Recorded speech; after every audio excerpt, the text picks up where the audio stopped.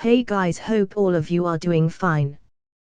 This is the part 17 of the Being Reborn in Marvel with Gamer's Ability. Marvel Gamer Part 17. After recovering the Ancient's one soul, and seeing her become whole once again with a beaming smile, we parted ways, both having a mission at hand to complete before the darkness came, hers, conquering Earth. Mine, finding the missing piece. Alone in my office, I dedicated my entire being to try and find what I was missing, what I needed to make a weapon, a symbol that would serve beyond slaying Null. I knew beyond question that my weapon still lacked a purpose. And that before crafting it, before molding that material into shape, I needed to find a purpose, an intent that called to me, that resonated with me. It sounded simple enough. But it wasn't that easy for me. No matter how much thought I put into it, my mind would always end up in the same line, the same question. What purpose did I want my weapon to serve? Beyond the obvious one. I sighed, resting my head on one of my hands, as I ponderously looked at the fragment of the cosmos in my inventory, trying to find the answer to my question. No sense in wasting time, I muttered, closing my inventory with the wave of my hand. There was still much to do, much to arrange, and while the weapon was without a doubt a very crucial part in efforts against Null, it didn't warrant wasting time, doing nothing but staring at the fragment without a clear path or objective to follow. Time was of the essence, and wasting any of it would only affect me, and everyone else in the end. So, it was best if I focused on other matters. Sure, the prospect of not having a weapon when the time came scared me. However, while the thought scared me, it was nothing more than a thought. I had not a shred of doubt that the purpose, the intent I was searching for, would be revealed in time. In the meantime, however, I would deal with other matters. Like preparing my army. For the most part, my newest golems were ready to face Null's army. Having the necessary skills to counter the symbiotes, and resist them, however, while strong, an army without a commander was nothing but cannon fodder. My army lacked that. A commander. In the ideal scenario, I would simply manage the army by myself. But, this wasn't the ideal scenario, not by a long shot. I had too much on my plate to also lead an army during the upcoming war, at least efficiently. Considering many key factors, and the fact I was probably the only one capable of facing Null without dying instantly, I had no doubts the King in Black would keep me very occupied, giving me no time to multitask, at least if I wanted to live. So, I had to find a commander. One able to lead my army as efficiently as possible. Giving me the freedom to focus entirely on Null. One I could trust. One within my absolute control. Fortunately for me, that commander had a name. Ultron. For a moment in time, I had almost forgotten about the AIS I had by all means left collecting dust in my inventory, figuratively speaking. In fact, now that I really think about it, this apocalyptic event the universe was hosting was positively the perfect time to bring those two to life. Well, time to make them a body. I smiled, opening my inventory to grab the two, or the discs that held their code for that matter. Discs at hand, I used my cosmic powers to create two fully robotic bodies, using the strongest materials I knew or had ever possessed, which were Uru, adamantium, and vibranium. Bringing each of the above-mentioned materials to existence with nothing but a simple thought. A feat I had managed to accomplish only because I knew the materials very well, thanks to my previous interactions with them. I mean, I had a farm of vibranium and adamantium. I knew how those two worked pretty well. As for the last ingredient, Uru, well, I had had the axes Thor had given me long enough to know how Uru worked, and what I didn't know, I learned a few seconds ago by using my powers as a celestial, in turn, allowing me to create the material without many difficulties.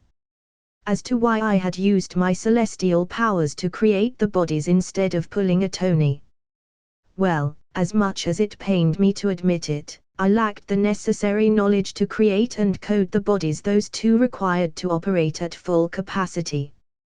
But beyond all, it was commodity what pushed me to use my powers. I mean, I could either take a few minutes of my day to learn what I needed to create their bodies, and then invest even more time increasing my armor crafting skills to forge their bodies, or, hear me out, or I could just will that shit into existence. Call me lazy, but I pick option B. Well, time to bring them online, I guess, I muttered, inserting Ultron's disc into his body, chuckling at the sight. What can I say? It was funny, it felt like I was installing Windows or something. Installing Ultron version 2.0. 5% done. 15% done. 39% done. 47% done. I guess even with godlike powers some stuff is impossible to avoid. 56% done. 59% done. 71% done. At least it's going fast. 88% done. 91.5% done. Really, decimals. 94.7% done. 95.2% done. 95.9% done. I guess we are going with decimals now. 38% done. I'm 1 second away from hurling Ultron to be into the closest supernova. 51.4% done. 89.5% done. 99.9% done. Good. 100% done. Ultron version 2.0, installation complete. Initiating system. What? Ultron muttered, bringing one of his hands to his face in confusion. Grinning like a kid about to open his presents on Christmas Eve, I waved at the android in a state of awe. What can I say? I was excited. Why? Well, unlike the MCU directors of Age of Ultron, fuck them, I had created Ultron to look like his comic version. But not any comic version, no, I was, after all, a man of taste, indeed, so I had made him look exactly like in the comic, Annihilation, Conquest. You. Ultron muttered, his red glowing eyes turning to me, his voice conveying a lot of shock, but how? I see, it was all a simulation, fascinating. However, his initial state of confusion ended as quickly as it came, with him coming to the answers he was looking for. So, hi. I waved again. Hi, Alex, if I remember correctly I was trying to kill you the last time we saw each other. How the tables turn, Ultron chuckled, shrugging. Though I guess it's more accurate to say, it was another version of me altogether, running an entirely different firmware. I frowned, turning my gaze to the minimap to verify the color of his allegiance. Green. You don't have to check, Ultron chuckled, his eyes closing. I am incapable of hurting you, or even wanting to, not that I want, I mean, why would I want to? Ha, what a mouthful. Anyway, sure, I might have some of the memories the other Ultron had, but I share none of his views. Frankly, I question how that version of me came to such a narrow-minded goal. I blinked, staring at him like a goldfish. I guess it was my turn to be in shock. I mean, I wasn't expecting this at all. I didn't even expect him to hold any memories of our encounter in the time-walking dungeon. I guess what he was nothing but the result of a simple man experimenting with things he couldn't understand. Ultron shrugged, putting an index finger on his chin. I can't even imagine how the Ultron the simulation was based on was, I mean, the one you battled was a program running within the simulation of a future event. And based on the data I have, that Ultron was vastly superior to the one it was based on, which would make the first Ultron a toaster in comparison. I guess, I replied. Then again, the title of first can't no longer belong to that version of me. With you having created me years before that, clearly, inferior version could ever come to be, in turn making me the first Ultron, at least for this timeline. Ultron chuckled, what a beautifully intricate paradox, my friend. Congratulations, I guess I chuckled. I'm sorry, where are my manners? Ultron replied, turning his attention back to me. It's okay, it was fun watching you talk, I replied. Why, thank you, Ultron replied, bringing a hand to his chest as he bowed ever so slightly, sounding rather flattered, but while undoubtedly my voice is as enchanting as they come, we have other things to worry about, Null for example. He already knew about Null, well that's unexpected. I assume that look of confusion is based on why I know about Null, right? Ultron said, I assume as much, seeing as 28 of your facial muscles moved, indicating confusion, or worry, but seeing you can erase me with a thought, confusion wins the bout. Though the subtle facial changes can also indicate constipation. But I ruled it out because it seemed very unlikely to be the case, but I suppose it's better not to leave anything out, so, are you confused or constipated? I am not constipated, I replied. Then confusion it is, Ultron replied, clapping his hands together. Well, to clear your confusion, the reason I know about Null it's because you created my entire body using your essence, making the process less, what's the word I am looking for? Computerized, yes that's it, making the process less computerized, and more intimate. Your essence while making my body carried a clear intent, fighting Null, along other bits of information, that at the moment are irrelevant. Oh, well that explains a lot. So you know what your purpose is then? I asked. I do, Ultron nodded, humiliating an elder god wannabe in the arts of warfare. He finished, balling both of his hands into fists. Pretty much, I nodded, not at all worried by his wording. Delightful. Ultron replied in a cheerful tone, well, let's get to work. Based on the data I have about Null, I have a few suggestions I would like to propose if you have the time. I nodded, interested in what he had to say. Very well then, Ultron nodded, taking a seat on the floor. Ultron's requests, or propositions, were many. The biggest one, however, was that he wanted to make an army of him, one made out of vibranium and adamantium specifically. He wanted to alter the metal's composition on a molecular level, while leaving their main attributes intact, giving the mix of both metals the ability to transmit, emit, bounce, and enhance sonic waves several hundred times better than before. His idea, in common terms, was rather simple but nonetheless brilliant. He wanted this new army to be the complete antithesis of the symbiotes. How so? Well, the androids he wanted to produce would not only emit powerful sonic vibrations, constantly might I add, but, upon being hit, should that ever come to happen, they would also emit sonic vibrations, adding to the ones the droids will constantly emit.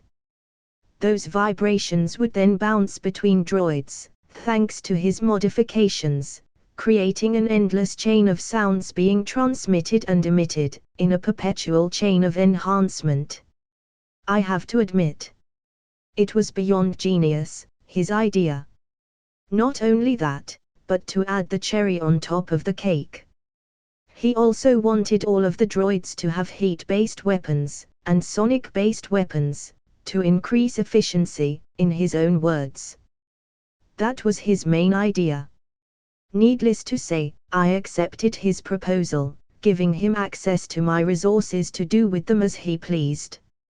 Leaving him on one of the planets, I had factories of vibranium and adamantium, with an army of golems with crafting skills and other things to ease his operation. With that said and done, I found myself staring at Jarvis, or Jarvis to be, as I had yet to insert the disk that contained his software, musing over the role I wanted to give him. I guess I need an extra set of eyes. If Ultron was to be my master of war, by Game of Thrones analogy, Jarvis would then be my master of whispers, being my eyes and ears at all times. I smiled. I liked that idea, someone keeping tabs of everything for me. Having a clear idea of what I wanted from Jarvis, I grabbed the disk tight, and pushed into his body, one equally as powerful as the one I had given Ultron, with a design just as awesome. Installing JARVIS. Version 2.0. 10% done. 20% done. 30% done. 40% done. 50% done. 60% done. Well, this is going faster than with Ultron. 70% done. 80% done. 90% done. 100% done. JARVIS. Version 2.0 installation complete. Initiating system. Most unusual, Jarvis said as he came online, looking at his body. It seems my entire code has been restructured. No, more like remade from scratch using an old version of me as a template.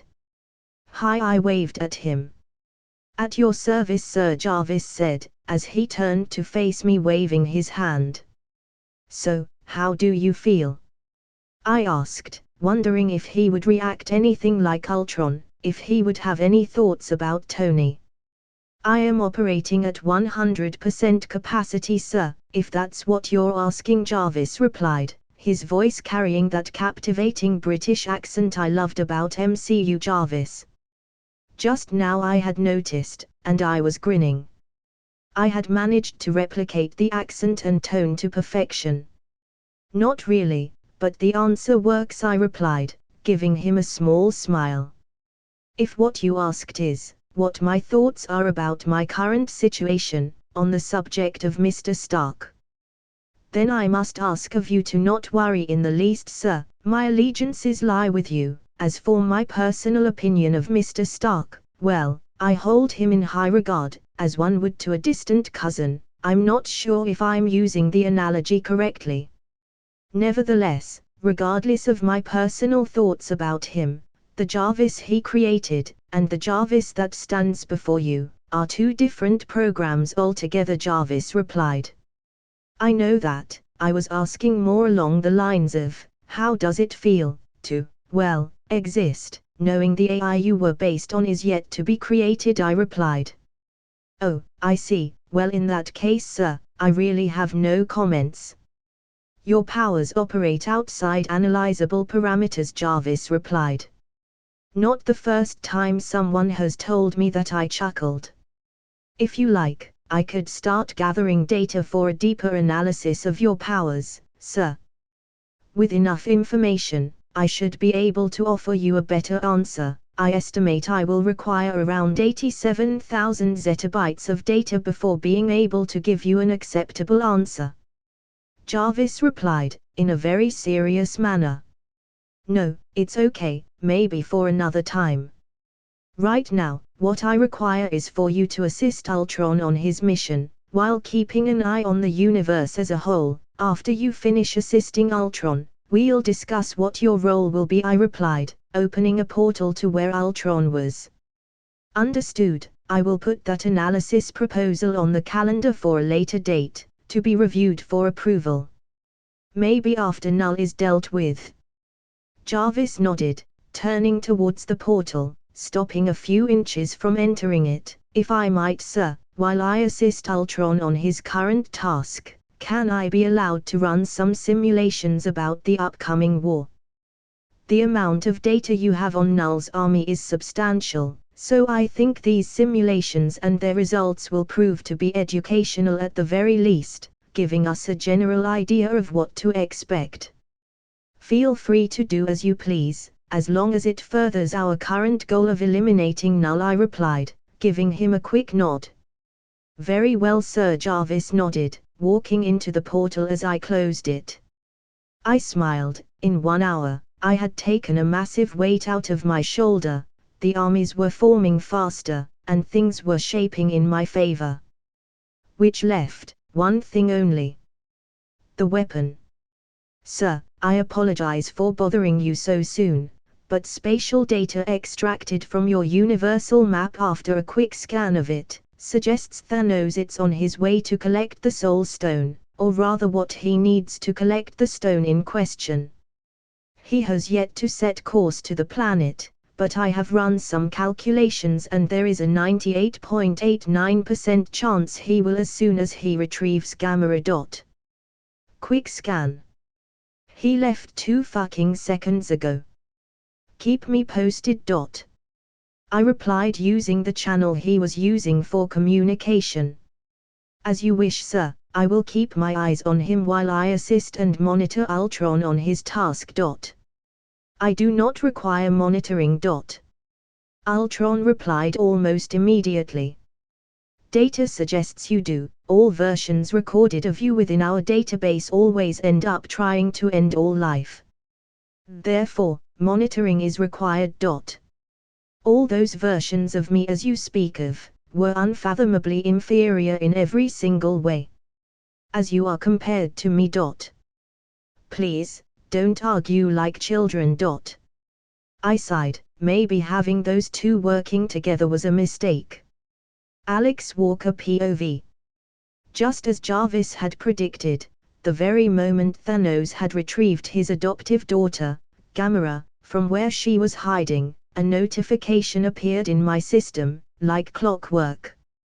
New quest created equals the 6 Infinity Stones. Dancing under your machinations like a clueless puppet, Thanos is on his way to collect the Soul Stone, and it's your mission to take the stone from his tear-soaked hands. Once he does so, taking from him not only the stone, he had to sacrifice the only person he had truly loved, his daughter, but the other in his possession. Objective equals take the stones from Thanos. Side objectives equals let Thanos know it was you all along before killing him. Rewards equals Soul Stone, Mind Stone.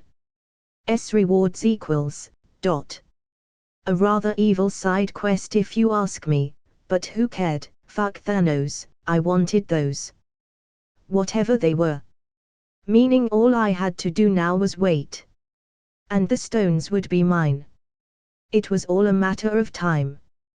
Which according to Jarvis's calculations would take exactly 1 hour and 15 seconds. Well, I guess I could eat something, I muttered, feeling my stomach growl. Now that I think about it, I don't quite remember the last time I ate something. I mean, sure, if I wanted to, I could simply not eat anymore. I didn't really need food after the Tiamat incident, but to that thought, I said fuck no, I loved eating. I could go for a sandwich. I mean, Asgard has really good ham and cheese. The bread is meh, but the rest is top quality. Besides, I can always get some bread from Fury's fridge. Well, it has been decided, it's time to make some sandwiches. Bucky Barnes POV. I wasn't sure what my role in this upcoming war was. In general, I wasn't sure what my role was anymore. I used to be a soldier.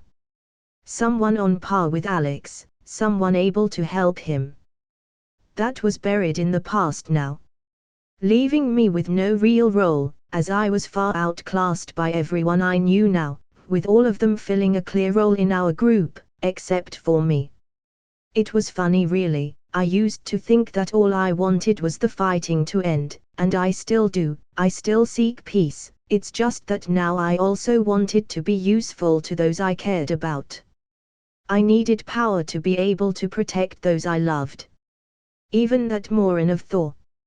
Not that he will ever hear that from me. I miss the days being a super soldier was all it took. I chuckled with a sigh, my shoulders tensing, as I looked at my hands for a brief moment, thinking of nothing. How pathetic, here I was pitying myself, instead of taking action. When has crying ever solved shit? Hadn't I told Alex not to do the same shit before? Grow up a fucking pair, James, are you even listening to yourself? I growled in disgust, slapping my own face with enough strength to draw some blood from it. Nothing serious, you are weak, big deal, ask Alex for help instead of bitching about it. Ask me for what? Alex's voice caught my attention, making me turn in the direction it had come from in a startled fashion. What are you doing here? I asked, trying to wipe the blood I had drawn earlier before Alex noticed. Making a sandwich. Alex replied. Right, I was in the kitchen.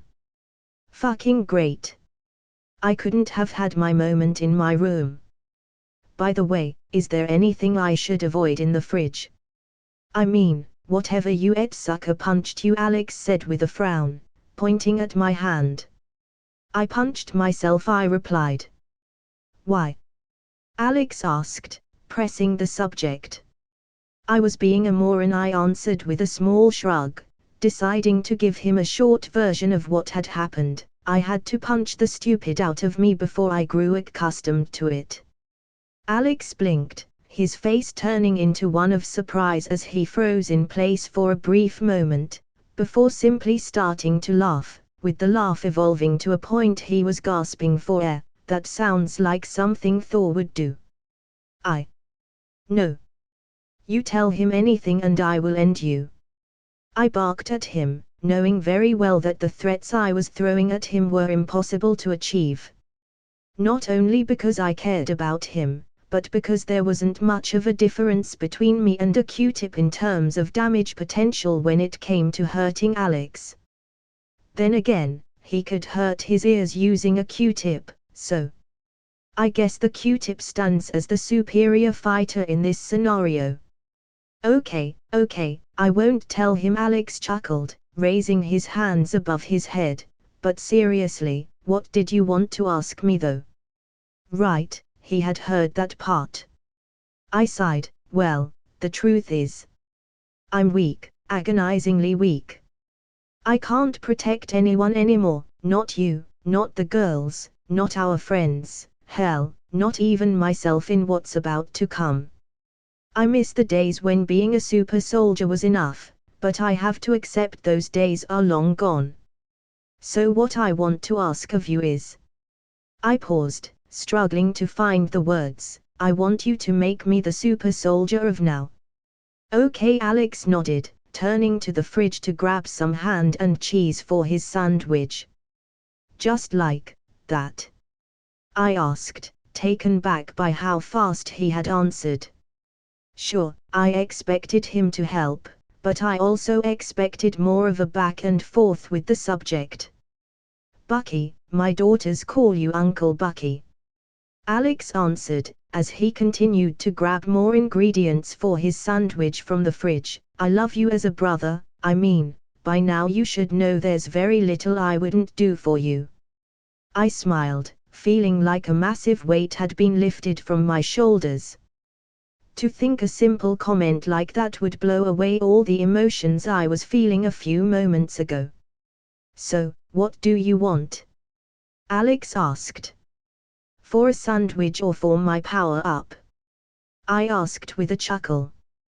Both, Alex replied, turning around to face me, while opening a small portal with his left hand, pulling a loaf of bread out of it, one from a brand from Earth.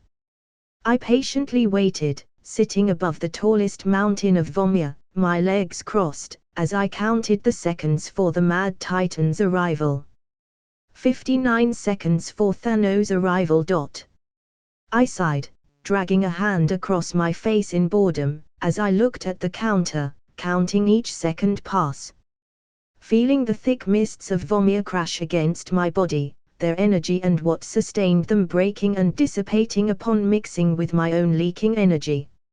It was truly a sight to behold, at least for me, seeing this entire process happen over and over again, as the mists of Vomir attacked my soul, or tried to, with each attempt failing. A defense mechanism. One the Soul Stone had created to protect itself. How fascinating! If only I had more time, I would have loved to study this phenomenon. Unfortunately, we can't always get what we want. 10 seconds for Thanos' arrival. I looked at the timer and smiled. It was time to end what I had set in motion. Without moving, I turned my attention to the sky, seeing Thanos' ship breaking the atmosphere as it entered the planet, meaning I had a few seconds at most to prepare the last details. Tilting my head ever so slightly to the left, I grinned, snapping my fingers to create an illusionary replica of the Red Skull to guide Thanos on the process to obtain the stone just like he had done in the movies. Now, it was simply a matter of watching the Mad Titan kill Gamera from afar, giving the stone the sacrifice it required. Well, time to see their last moments, I sighed, using sight to observe the events that were about to unfold. Sight connected, I witnessed Thanos' ship land on the planet, creating a loud rumble across the area as the ship stabilized on the uneven ground of Vomir. The ship was big, massive even. I wonder why he picked that ship if he knew he was to come only with Gamera. Which in a completely unrelated note reminds me, I have a ship I have yet to even use properly. Not that I will never need it, I can teleport anywhere, anytime, but even then, the idea of traveling in a ship across space sounds rather exciting. I mean, it could be my version of a road trip with the girls. Jarvis, please remind me to revise the idea of going on a space/road trip with the girls after the war. As you wish, sir. Bringing my attention back to what was happening with a creaking metallic sound, I watched as the large doors of Thanos' ship opened wide, with the Mad Titan's voice being the first thing to come out. "Let's go, daughter," Thanos said, stepping out of the ship, his voice soft, sounding almost kind. "Do I even have a choice?" Gamera shot back as she came into view, glaring at Thanos, her eyes full of loath and anger. I pitied the girl. A pawn, playing under the thumb of another pawn, one I control. Unfortunately for her, my pity for her was not enough to save her. "We must do this," Gamera, Thanos replied, bringing one of his hands to her shoulder, looking like a giant grabbing a doll. "So you say," Gamera replied. "In time, you will see," Thanos replied, his tone full of melancholy. I wonder what would have happened, had Thanos gotten a therapist before all of this started. Odds are, he would have been the same but on meds. "Your demise, I hope," Gamera replied, following Thanos as he started to walk towards the beginning of their end. With the next following minutes being drowned in nothing but silence. Eventually, however, the silence came to an end, as they reached the Red Skull's location, or the illusion of him for that matter. The illusion greeted them as cryptically as the Red Skull would have, starting the conversation, just like the original had done in the movies, starting to guide Thanos and Gamera to the top of the mountain, telling them stories of how all that have ever come for the stone have failed. As they neared the top, I could see Gamera tensing, sweat running down her forehead, as her eyes darted around, as if trying to find something, anything with what to stop Thanos from reaching the summit. I sighed, remembering a detail I had all but forgotten. She knew. Not of how the stone was acquired, but of the location. Keeping this place hidden was her way to stop him. For that reason she had destroyed the only map in existence to Vomir. She knew she would never have the power to stop him, not in a direct confrontation, so having this place erased from the stellar maps, was her victory, her last stand. Well, at least her one true desire would come true, Thanos' demise, at my hands, moments after her own. Focusing back on them, I looked as they reached the summit, trailing my illusion that guided them along the path. How is it that you know this place so well? Thanos asked, as my illusion continued to move forward. A lifetime ago, I, too, sought the stones. I even held one in my hands. But it cast me out, banished me here, enforcing upon me a punishment befitting my hubris. To be a pastor, guiding others to a treasure I cannot possess. My illusion replied, finally reaching their final destination, in more ways than one. Staring at the edge of the mountain, Thanos turned to my illusion and asked, "Where is it?" My illusion pointed towards the edge. "What you seek lies in front of you. As does what you fear. As it stands, nothing is ever free." "What's the price?" Thanos asked, looking down the mountain for a brief moment before taking a step back. "The Soul Stone holds a special place amongst the Infinity Stones. You might say it has a certain wisdom." "Tell me what it needs," Thanos pressed, his voice full of determination. "To ensure that whoever possesses it understands its power." "The stone demands a sacrifice," my illusion replied, eyeing Gamera without Thanos realizing. "Of what?" Thanos asked. "In order to take the stone, you must lose that which you love." At this, Thanos turned to face my illusion, shock bearing on his face. "A soul for a soul." I continued watching the events unfold following a similar path to that of the movie, while counting the seconds to have what I had come for. "In order to take the stone, you must lose that which you love." At this, Thanos turned to face my illusion, shock bearing on his face as the price became clear within his mind. "A soul for a soul." Without a word, Thanos turned to the edge of the mountain, gazing at the bottom grimly, as Gamera started to laugh in the back.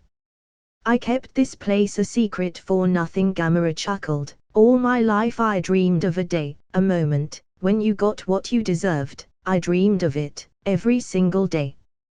Thanos stood still, his eyes still gazing at the bottom of the mountain, as tears started to fall down his face, one after the other. I scoffed. The sight of him crying out of his sick understanding, his sick view of love, disgusted me.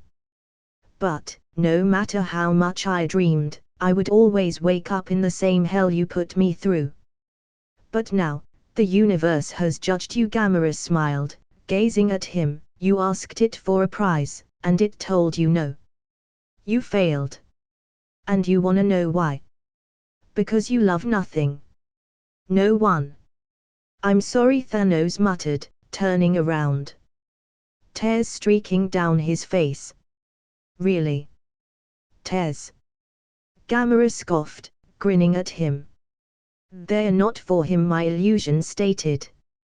At this, Gamera glanced at my illusion, her smile evaporating in a matter of seconds, before she dropped her gaze in a look of realization. Taking a step back, her eyes flick to Thanos, who starts to walk towards her. "No," Gamera muttered, her voice broken, as she glared at Thanos in rage. "This isn't love. I ignored my destiny once. I cannot do that again." Thanos replied, gazing at Gamera with pain, with each word coming out of his mouth seeming to hurt him. "Even for you." Taking another step back, snowflakes stalked Gamera's face, the mist of vomir crashing ever so slightly against her, almost as if welcoming her, sending a shiver down her spine as she stared at Thanos with a blank expression. "Never," Gamera muttered, staring into Thanos' eyes, pulling a dagger from her belt, before attempting to end her life, before he could. However, Thanos managed to stop her, grabbing both of her hands. "Thanks to me, as I had used my powers to slow her down just enough for Thanos to be able to react. No, Gamera muttered, as a resigned expression settled on her face, her eyes glassy. Pulling her into a hug, Thanos closed his eyes, as he muttered, "I'm sorry, little one. Go to hell." Gamera barked, tears streaming down her face as Thanos broke the hug, holding both of her hands tight with one of his, as he walked towards the edge, dragging her. "After all of this ends, I will try to bring her back. After all, she's the one giving me the stone, her life paying the price I refuse to. I owe her that much, I owe her at the very least trying." "No!" Gamera cried, struggling as Thanos dragged her, kicking him, biting him, doing everything in her power to stop him, his face clenching in anguish, not from her attacks, but of what he was about to do. "I'm sorry," Thanos muttered one last time, throwing the one he claimed to love into the abysm. Her screams echoing across the mountain for a brief moment, before they came to an end with her helpless body finally reaching the bottom of the mountain, ending her agony. Seconds after this, I felt a pulse of cosmic energy, followed by a blinding flash of light that illuminated the entire sky briefly, with the Soul Stone slowly descending towards Thanos. "It had to be done," Thanos muttered, his hand extending towards the stone in agony. "Sadly, it had," I replied, putting a hand over his shoulder to make my presence known. Startled by my sudden appearance, Thanos turned around as fast as he could, stone at hand, staring at me before asking, "Who are you?" "Alex, my name is, YRSS," I replied, using my powers to alter my voice to sound just like Yoda. "Or, most recently, him." I chuckled, pointing at my illusion, who waved at Thanos as I did, "But, I suppose, more importantly, at least to you. I am the one holding the stones you are missing." At this, I extended my right hand forward, summoning the stones out of my inventory, for him to see. At this, Thanos glanced at my illusion for a brief moment, before turning to face me, his eyes dropping in a look of realization. "You needed me to collect the last stone," Thanos muttered, the hand holding the Soul Stone clenching so hard, his knuckles were changing colors. "You knew of my mission, and used me to bring you the last stone." "Yes, the truth is, I would have never paid the price, so, I needed someone who could do what I couldn't." "An idiot with a cause," I nodded, chuckling under my breath. "You played your role exceptionally well, be proud of that." Without a word, Thanos lunged at me, his massive fist landing on my face with earth-shattering strength, before he threw another punch, and another, each one stronger than the last. Sighing, I flicked the purple giant in the forehead with a finger, sending his body flying towards the mountain in front of the one we were standing, a few miles away, creating a crater upon impact, before jumping towards him and asking, "Did you get that out of your system?"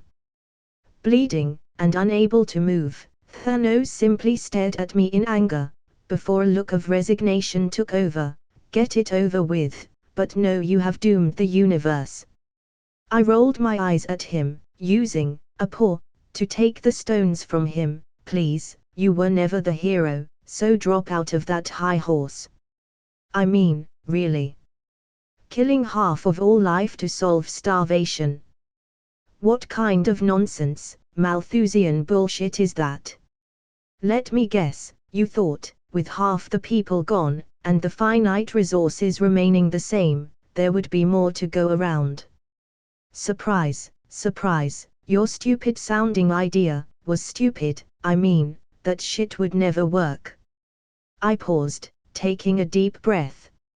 "You know nothing," Thanos muttered in pain, coughing a huge amount of blood.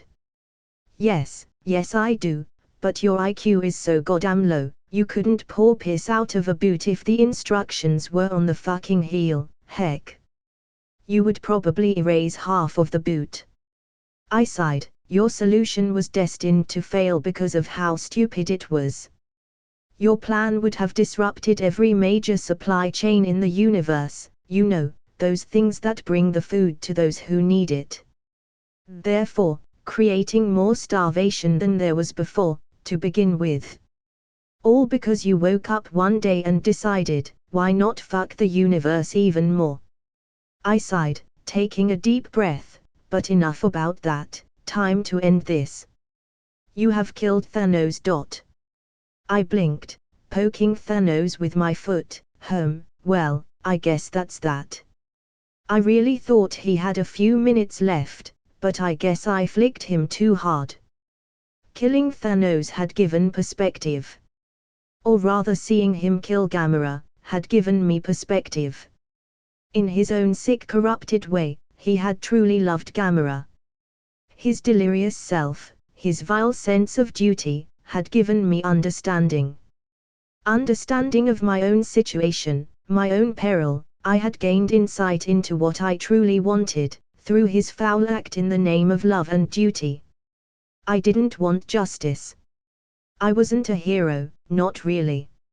Sure, my actions had benefited others in a positive light, but only because it had benefited me, to begin with, one way or another. I was a hero of interest. True heroism was something beyond me. I wasn't fighting this war, I wasn't fighting Null for the sake of the universe, but for my sake, and what I sought to protect. I was fighting to protect my perfect world.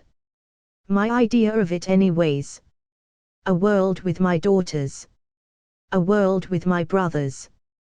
A world with my friends. That's what I truly wanted to protect. Nothing else, nothing more.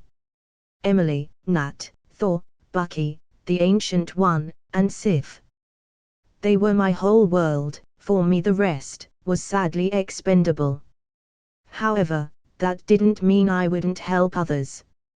It simply meant I had a very clear limit, a very clear line of what I would do for others outside that circle as long as it benefited me.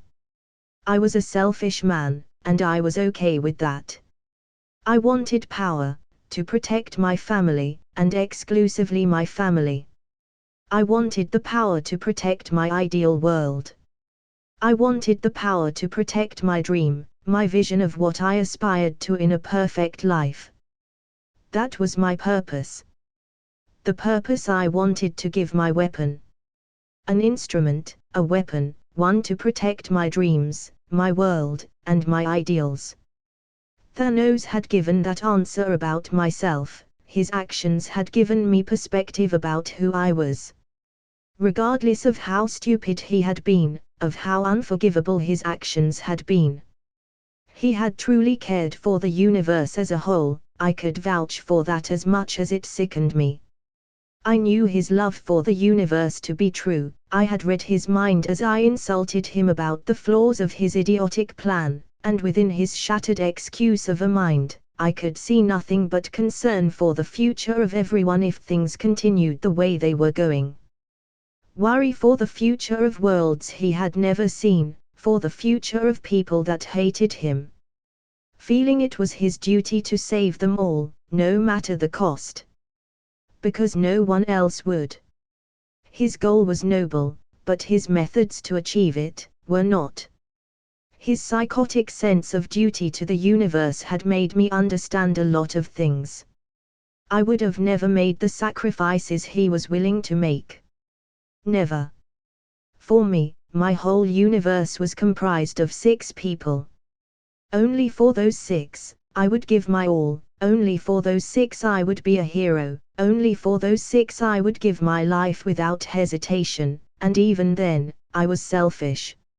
I cared about Thor, Bucky, the Ancient One, and Sif a lot, I loved them, they were my family in a universe where I had none. But even then, if push came to shove, my daughters were the only ones I would cross any line for, and I mean any. The love I felt for them was unreal. Before everything started, before I came into this world, I never thought it possible to love someone more than life itself. I don't even remember when I started to love them that way. It just happened. One day, I was my only priority, and the next I woke up to see my whole world had shifted, making them my center. I wonder if all parents feel the same. I guess it's how they say. We never know the love of a parent till we become parents ourselves. How can I not love them? When I look into their eyes, what I see back is nothing but the purest love one can find in the whole universe. In their eyes, there was no judgment, there was no doubt, but an image of me so grand, so inconceivably beautiful, that I can't help but want to be that, the man, the hero, the everything they think I am. I would protect them. I would do everything in my power to keep them safe, above anyone else, without expecting anything in return. I guess that's what true love is all about, the willingness to give without a thought of receiving anything in return. The point of all this being, that Thanos had helped me see what my real desire was. In a way, his unforgivable actions had given me the perspective I needed. I had seen in his decisions lines that I would never cross, and lines that if I had to, I would. Realizing that I hated him not because of the lives he had taken, but because of the lives he had given to his daughters, ones he claimed to love, for his resolve to kill them, if that brought him closer to his goal. Seeing the parallels between us made me understand myself. I wanted the power to keep those who I loved safe, to offer them a life they could truly live. To offer them peace, to offer them more than this wretched reality had given them. That was my desire, a simple one, but the one that pushed me forward. Everything else, especially that which went against what I held dear, I wanted to negate, to reject. I suppose I have my intent. I smiled, in my right hand holding the infinity stones that hovered around my open palm, creating a circular pattern of multicolored lights. Thinking, it was time to give the stones a new purpose, one beyond the limits of their respective realms. Having come to a full understanding of what I wanted, I stayed in the office, looking at the stones, their purpose, their new purpose becoming clear in my mind. It was simply a matter of taking action. "Mr. Walker," I heard the Ancient One say, as a portal opened in my office, with her stepping through it. "Hello," I waved at her, smiling while pointing at the stones in my other hand with a quick glance for her to see. "You have them all," the Ancient One noted with a small smile. "Now what, I wonder?" "I want to ask you something," I said, eyeing the stones before turning to her. "When you gave the time stone, it was a loan of sorts, so, I paused, trying to find the right words. "You want the time stone to be completely yours, right?" the Ancient One replied, cutting me short. I nodded, a small chuckle escaping my lips. Was that obvious? It was. The Ancient One nodded. "So?" I asked. "Alex, it was already yours, to begin with. To be quite honest, I never intended to return the stone to the Order, which pretty much goes against my purpose as the Sorceress Supreme, at least one of them." The Ancient One smiled, her eyes staring into mine. "And before you think I'm doing this simply because of what you did for me. Rest assured, I had come to that decision before that happened, quite a bit before, because, without a doubt, you are the perfect person to hold the stones, at least in my eyes, that is. You are good but selfish, you are powerful but humble, and most of all, you really have no need for the stones. Eventually, you will outgrow whatever they give you, and as someone who doesn't require their power, you are the perfect guardian for them." I smiled, putting the stones in my inventory. "Thank you." "No need, but if you feel terribly inclined to thank me, you can do so by giving me more of that delicious tea we drank last time." The Ancient One smiled, walking towards me. "Won't the Order rebel when they find out?" I asked as she neared my desk. It's a possibility. The Ancient One nodded, musing over that thought for a brief second. But I'm not really that worried about that possible outcome. After all, I do have quite the team backing my corner. She smirked. Well, would you look at her, ha ha ha. Damn, right you do. Though I have to admit, I am surprised at your answer. I mean, you are implying that if push comes to shove, we will shove them 6 feet down. The Ancient One chuckled, shaking her head ever so slightly. I suppose I am. But not really. If that rebellion comes to happen, we can end it without any casualties. The perks of being vastly stronger than your opponent while caring for their lives. Battle becomes playing pretend. Like an adult taking a toddler to his room. The toddler doesn't have to like it, but what other option does he have? Good analogy. Then again, we can avoid any rebellions if I just give you a green rock full of cosmic power. I offered, as it was well within my capabilities to create that. Sure, I was a long way to be able to create something like the Infinity Stones, but I was strong enough to create something powerful enough to trick most beings. The Ancient One hummed, index finger pressed upon her lips. That sounds like a marvelous idea, to be honest, but no rush really. Their reactions are the least of our concerns right now. I nodded. That's true. Besides, even in the worst-case scenario, I doubt we will ever have a problem with the Order. The Ancient One smiled, summoning a book to her hand. Read the last page. Weird request, but okay, I nodded, grabbing the book. Before opening it at the last page, my eyes widening in shock as I read what she had told me. Yep, the Ancient One smiled. I was without words. In the last line of one of the books I had copied from Cagliostro's library, it said the following. Cagliostro's last page. Alex Walker, my friend, if I am permitted to call you that. During your short time here, I learned a lot about you, about the world beyond the short span my life covered. I saw within you a world of doubts, yet no hesitation to move forward. I saw within you devotion to your goals, love for those you wanted to protect, and much more. You had the qualities of a great hero and villain alike. A duality within you, operating in perfect symmetry. I was taken aback by it. Our short time together made me question a lot of things, a lot of what I considered to be true or not, and it made me realize that it was perhaps this duality that others needed. Good and evil, hate and love, each one can lead to a path of self-destruction. Everyone always allows one spectrum of this flag to define who they are, making everything a fine line between black and white. You were the first gray I encountered. Many claim to be gray in this spectrum of things, of life, but that's just how they see themselves, and sadly, more often than not, people never see themselves for what they truly are. I'm not sure how you see yourself, to be entirely honest. All I know is based on our time together. But I am certain that I know the real you, the one in symmetry with the spectrum that balances the moral compass of this broken universe. And for that, I trust you more than anyone I have ever met. It sounds ridiculous, I'm aware. But that's simply how I feel.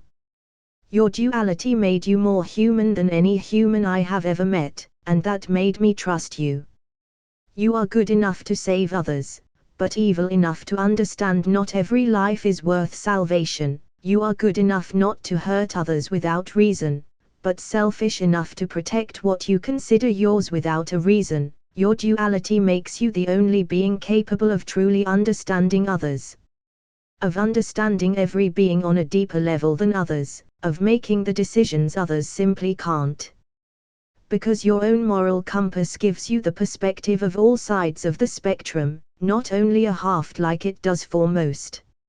Some evils are necessary. Some goods are unnecessary.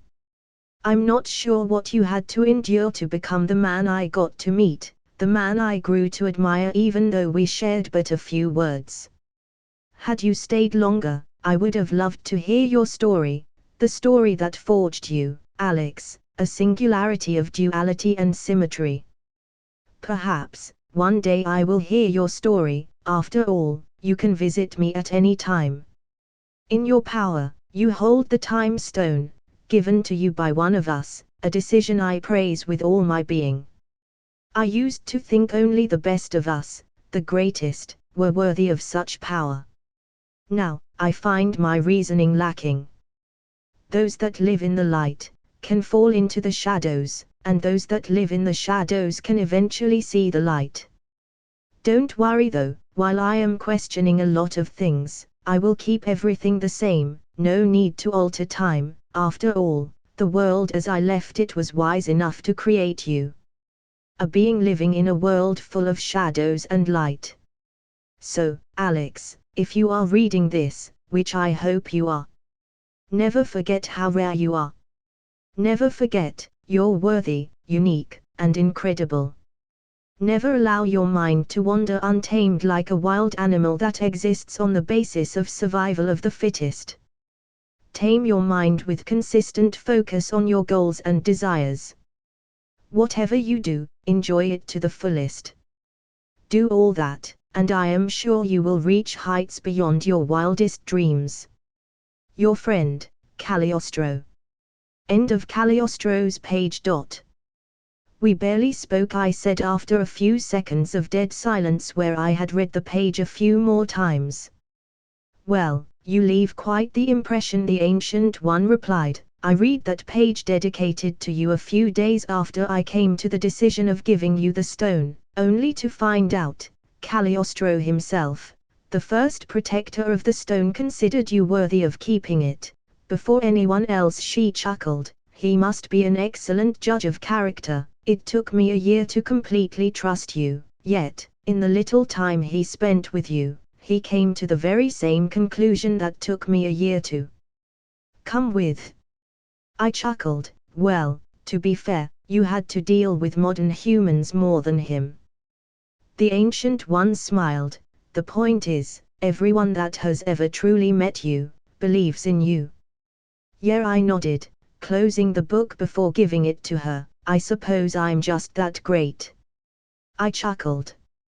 You are. The Ancient One nodded. Thanks, but you do realize, as that page says, I am no hero, I am a man, with selfish dreams, I replied. The Ancient One snorted, as I gave her a look. Oh my, you were serious with that question? Of course, I knew Mr. Walker, how could I not?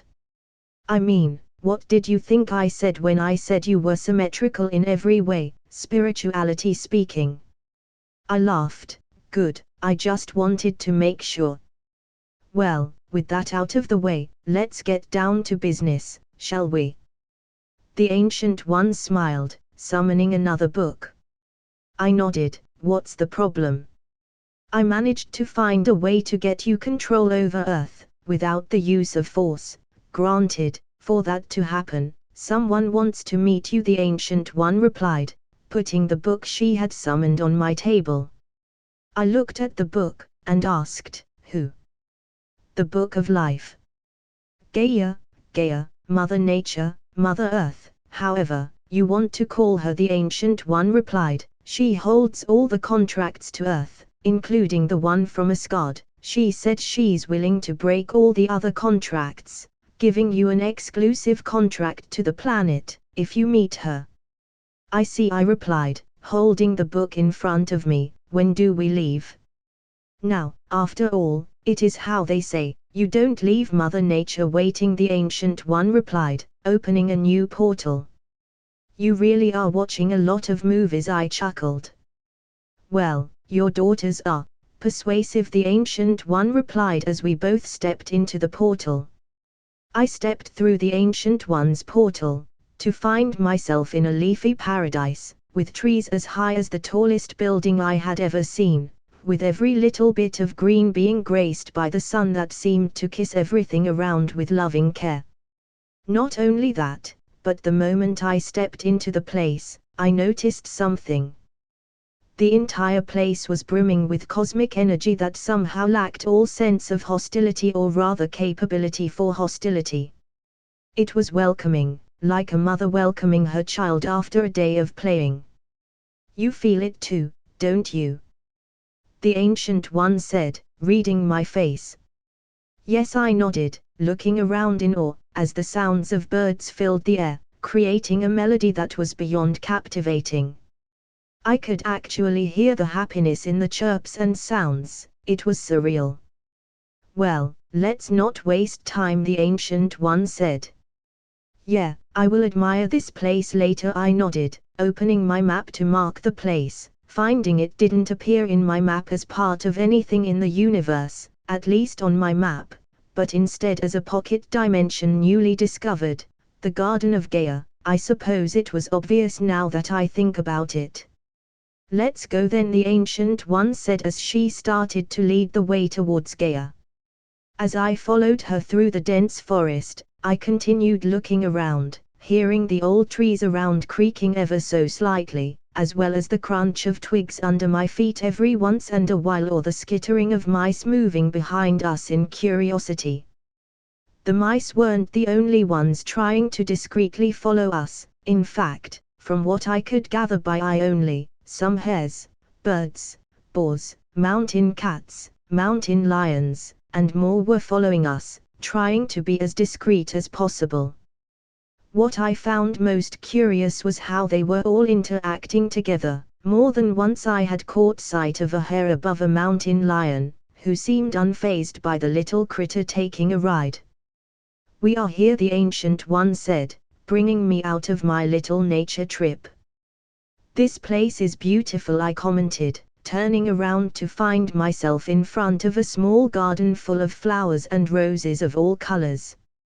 In the back of that garden, there was a cozy-looking wooden house, one that seemed to be a tree that had grown just like that, as the house itself still had live branches with leaves brimming with life. It was that, or the tree had been hollowed out without damaging it at all, keeping the tree alive. "You came," I heard someone say, the voice sounding bright and captivating, almost as if every word coming out was part of a melody. "Mother Earth, I present you, Alex Walker," the Ancient One said, pointing at me with her hand. Before I could say anything in return, a woman came into view walking from behind the house a few feet away from me, holding some bags in her hands as she smiled our way in a warm way. Her skin was star shadow black and as smooth as a moonstone, her eyes were paradise gold, like two pods of liquid soothing light, her hair was coral black and it was well kept above her shoulders in a floral arrangement, her lips were puffy, pillow soft, of a red unique to her, her teeth were sparkling, giving her an angelic smile. "Hi," I waved, blinking myself out of my trance. "Gaia LV 2051. She's quite powerful. Come." Gaia smiled, moving her hand to signal me she wanted me to come closer. "Well, this is where I leave," the Ancient One said, putting a hand on my shoulder. "She wanted to speak to you alone, so good luck." I nodded without a word, walking towards Gaia, as the Ancient One opened a portal back to my office. "I heard you wanted to speak with me," I said as I neared the goddess. "I did," Gaia nodded, signaling me to follow her inside her house with a simple tilt of her head. "Has the Ancient One told you why I seek to own Earth for the time being?" I asked, following her. She did, and I must admit, I never thought that old monster would wake up again. "Not this soon," Gaia replied, her voice carrying genuine concern as she looked down for a moment. "I remember the first war against him, I almost died during it. We were young back then, concepts without much power, we had just come to be, and found ourselves fighting. Me, and my siblings. How strong is Null compared to you?" I asked, seeing this as an opportunity to gauge the threat ahead. I mean, she was the only being I knew that had seen the King in Black, her and Arisham. Well, if I had to say," Gaia said, musing over the thought as she opened the door to her house. Stronger than me for sure, but my realms were never battle-oriented, to begin with, so I was always racing against the tide in any battle department. So I was still weaker than him. Great. I see, I guess I will have a tough time then, I replied, following her inside the house. Sadly, you will, Gaia replied, as she walked to what appeared to be her kitchen to put her bags down. This time, the war will mostly fall on your shoulders, as most of the elder gods that fought Null during the first war and survived have no interest in helping during this coming one. Mostly because they have nothing to lose, as long ago they reached a level of power where they can create their own dimensions, ones not connected to the one Null seeks to erase. Including you? I asked. Gaia smiled, a sad smile. I would love to help, I truly would, but I simply can't.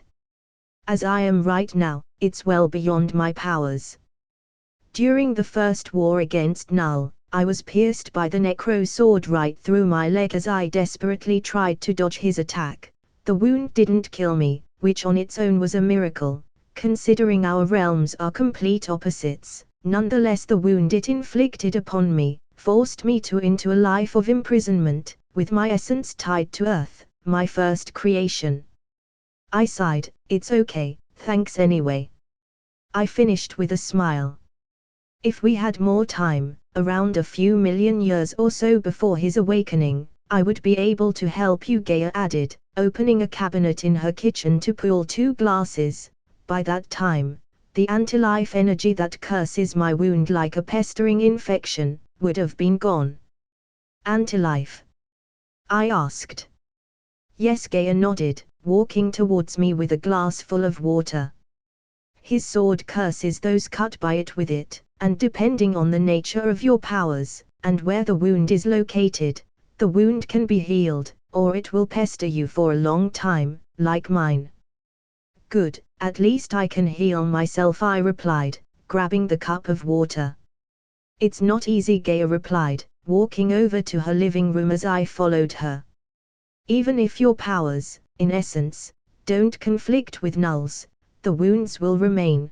The only difference is, they won't take billions of years to be healed, as mine will. I see. Any advice? I asked. Well, ideally I would say don't get hit, Gaia sighed, taking a seat on a small wooden chair inside her living room. But, seeing as that seems like a hard to follow advice, I would say, if the wound is on a hand or a leg, cut it out, and regrow a new one. If the wound it's in place you can't cut, I would use this. At this, she extended her empty hand towards me, as a small bottle appeared right above her palm. Essence of Creation and Light, legendary item. It holds part of what remains of the first hero, the Life-Bringer 1, a century of justice. Consuming a drop of this will heal anyone, from anything. Uses equals 10. I would recommend you use this only in the direst situations. I paid a lot for this, Gaia added, pushing the small bottle towards me. It's one of a kind, quite powerful. I nodded, grabbing the bottle, before putting it in my inventory. Thanks. Gaia smiled, pointing at the empty chair in front of her. Sit, please. Really, thanks, I repeated, taking a seat. No need to. This is for my own benefit as well. If Null wins, Earth will be consumed, which would eventually kill me, especially considering my life is tethered to Earth as I heal, Gaia replied, with a smile. Still thanks, I repeated. Now, that's not the only thing I have for you, Gaia said, summoning a piece of paper in front of me, that once I looked at it better, I realized it was a magical contract. I know enough to know it benefits me to have Earth under your control. The others will probably throw a tantrum over this, but don't worry, I'll deal with that myself. I said nothing, reading the contract from top to bottom while sending a copy to Jarvis and Ultron just to be sure. So far, it didn't say anything that I was wary of, but one could never know with these gods. Seems fine, sir. Gaia is real. I will need more information later if possible. As for the contract, it looks direct enough. I nodded. Very well, I find this contract acceptable. Good. Gaia smiled, clapping her hands together. You can break out of it at any time, there's no breaking clause. So don't feel chained to it after the war, if you survive, that is. I chuckled, signing the contract in blood that stated I would protect Earth to the best of my abilities during the upcoming war, in exchange for getting ownership of the planet. Thanks for the vote of confidence. I have hopes you will win, Gaia added, but as you are now, you will die very fast. Especially fighting alone. By all means, you are stronger than I was back then, stronger than my siblings back then, but unlike you, we weren't alone. We had in our corner an army of gods, elder gods, celestials, and more, all together fighting Null. An army you don't have. I will find a way, I replied, giving her the contract for her to sign. I hope you do, Gaia nodded, dropping a drop of blood from her index finger into a contract. Earth has been added to your territory. I will, I replied. Sure, Null was stronger than me, but I would not give up. I would find a way to become stronger than him. I knew I would, I had faith I would, at the very least. Glad one of us is optimistic, Gaia chuckled, before her demeanor changed into a dark one. A piece of advice. Don't trust those who you do not know, they build their castles in lies born from the truth. Don't let the snakes fool you. Thanks, I will keep that in mind, I replied, turning around, ready to leave her realm, but freezing as my eyes caught sight of something. Gaia, Mother Earth. Her title had changed.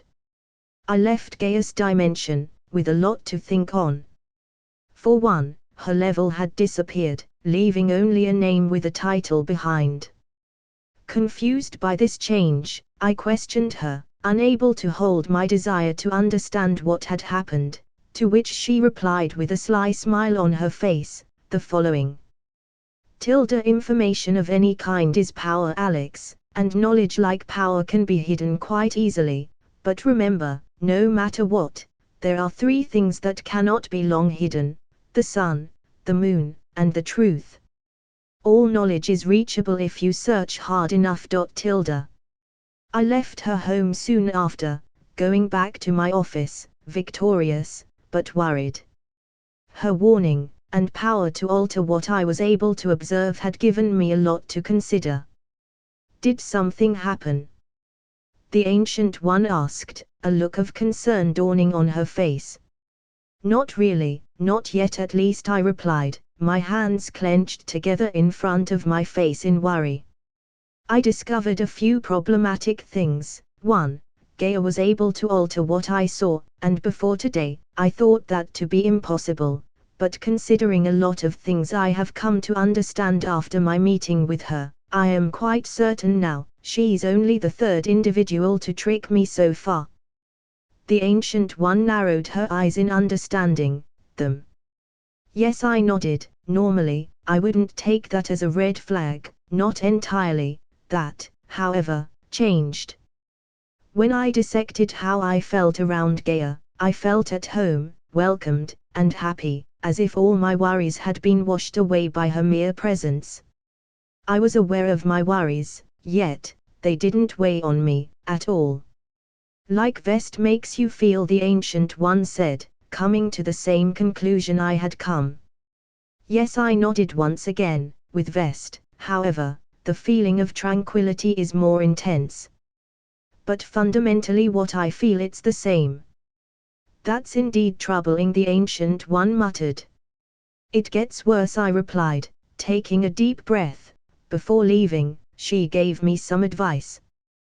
Telling me to not trust those who I do not know, for they build their castles in lies born from the truth. Considering how close my circle of interactions is, that either means, you guys will betray me, or them. Which leaves as the only logical option, them. The Ancient One concluded with a frown. before turning her gaze towards me, "How much do you trust Gaia?"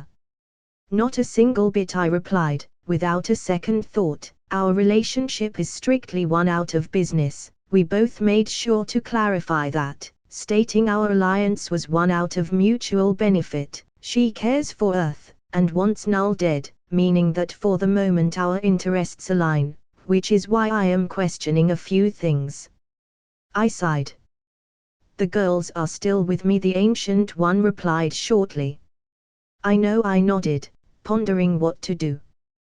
"Castles built in lies born from the truth," the Ancient One said, as if trying each word out, trying to decipher something in them. I find how she worded that out curious. "How so?" I asked.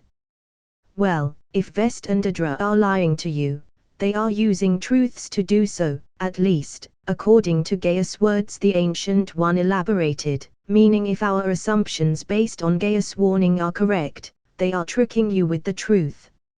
I find the entire concept confusing. "Well, let's revise what we know about themselves," I replied, summoning a beer for me, and a cup of tea for her. "They can't tell me their names, they hide their power, they say they want to help me, but can't because it would destroy what they seek to preserve. They say they want to protect my daughters. I think that's about it." "Not a lot to analyze there," the Ancient One replied, taking the cup of tea I had summoned for her. "If all I knew about them was a lie, that was also a truth." "I got it, they aren't lying." "Would you please elaborate on that?" "I'm still on the part they were lying," the Ancient One said, her eyes on me. "I think they might be sleeping agents," I replied, elaborating on my theory. "They aren't lying, because for them, what they say is the truth, until it isn't, which fits the entire lies built on the truth." "It fits," the Ancient One nodded after a brief moment of silence, "but sleeping agents for who?"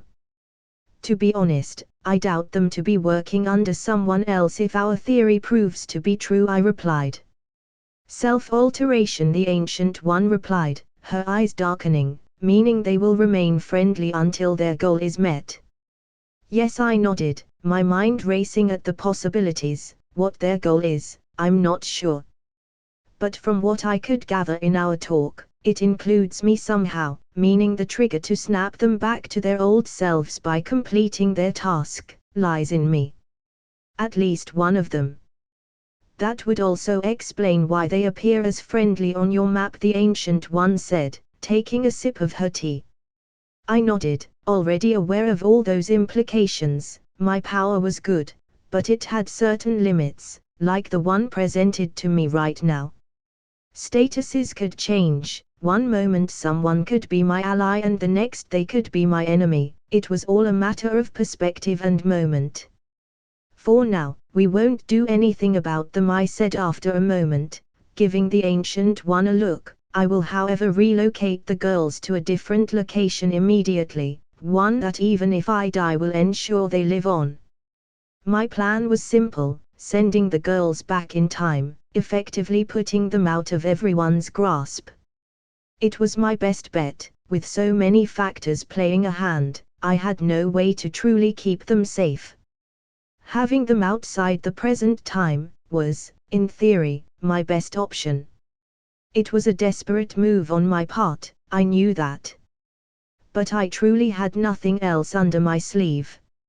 I had no moves to play, no strategies to use, nothing. I was cornered, having a threat in every possible direction. "Why don't you make a pocket dimension?" the Ancient One said. "If you tie your dimension to a physical beacon, it becomes unreachable, lest you allow others to reach it." "Like Gaia," I muttered, thinking over how her dimension had only become reachable after I had entered it, with the entire thing basically operating like my dungeons from a basic point of view. With the only breach on my dungeons so far being the Beyonder, who was far, far beyond my level even now.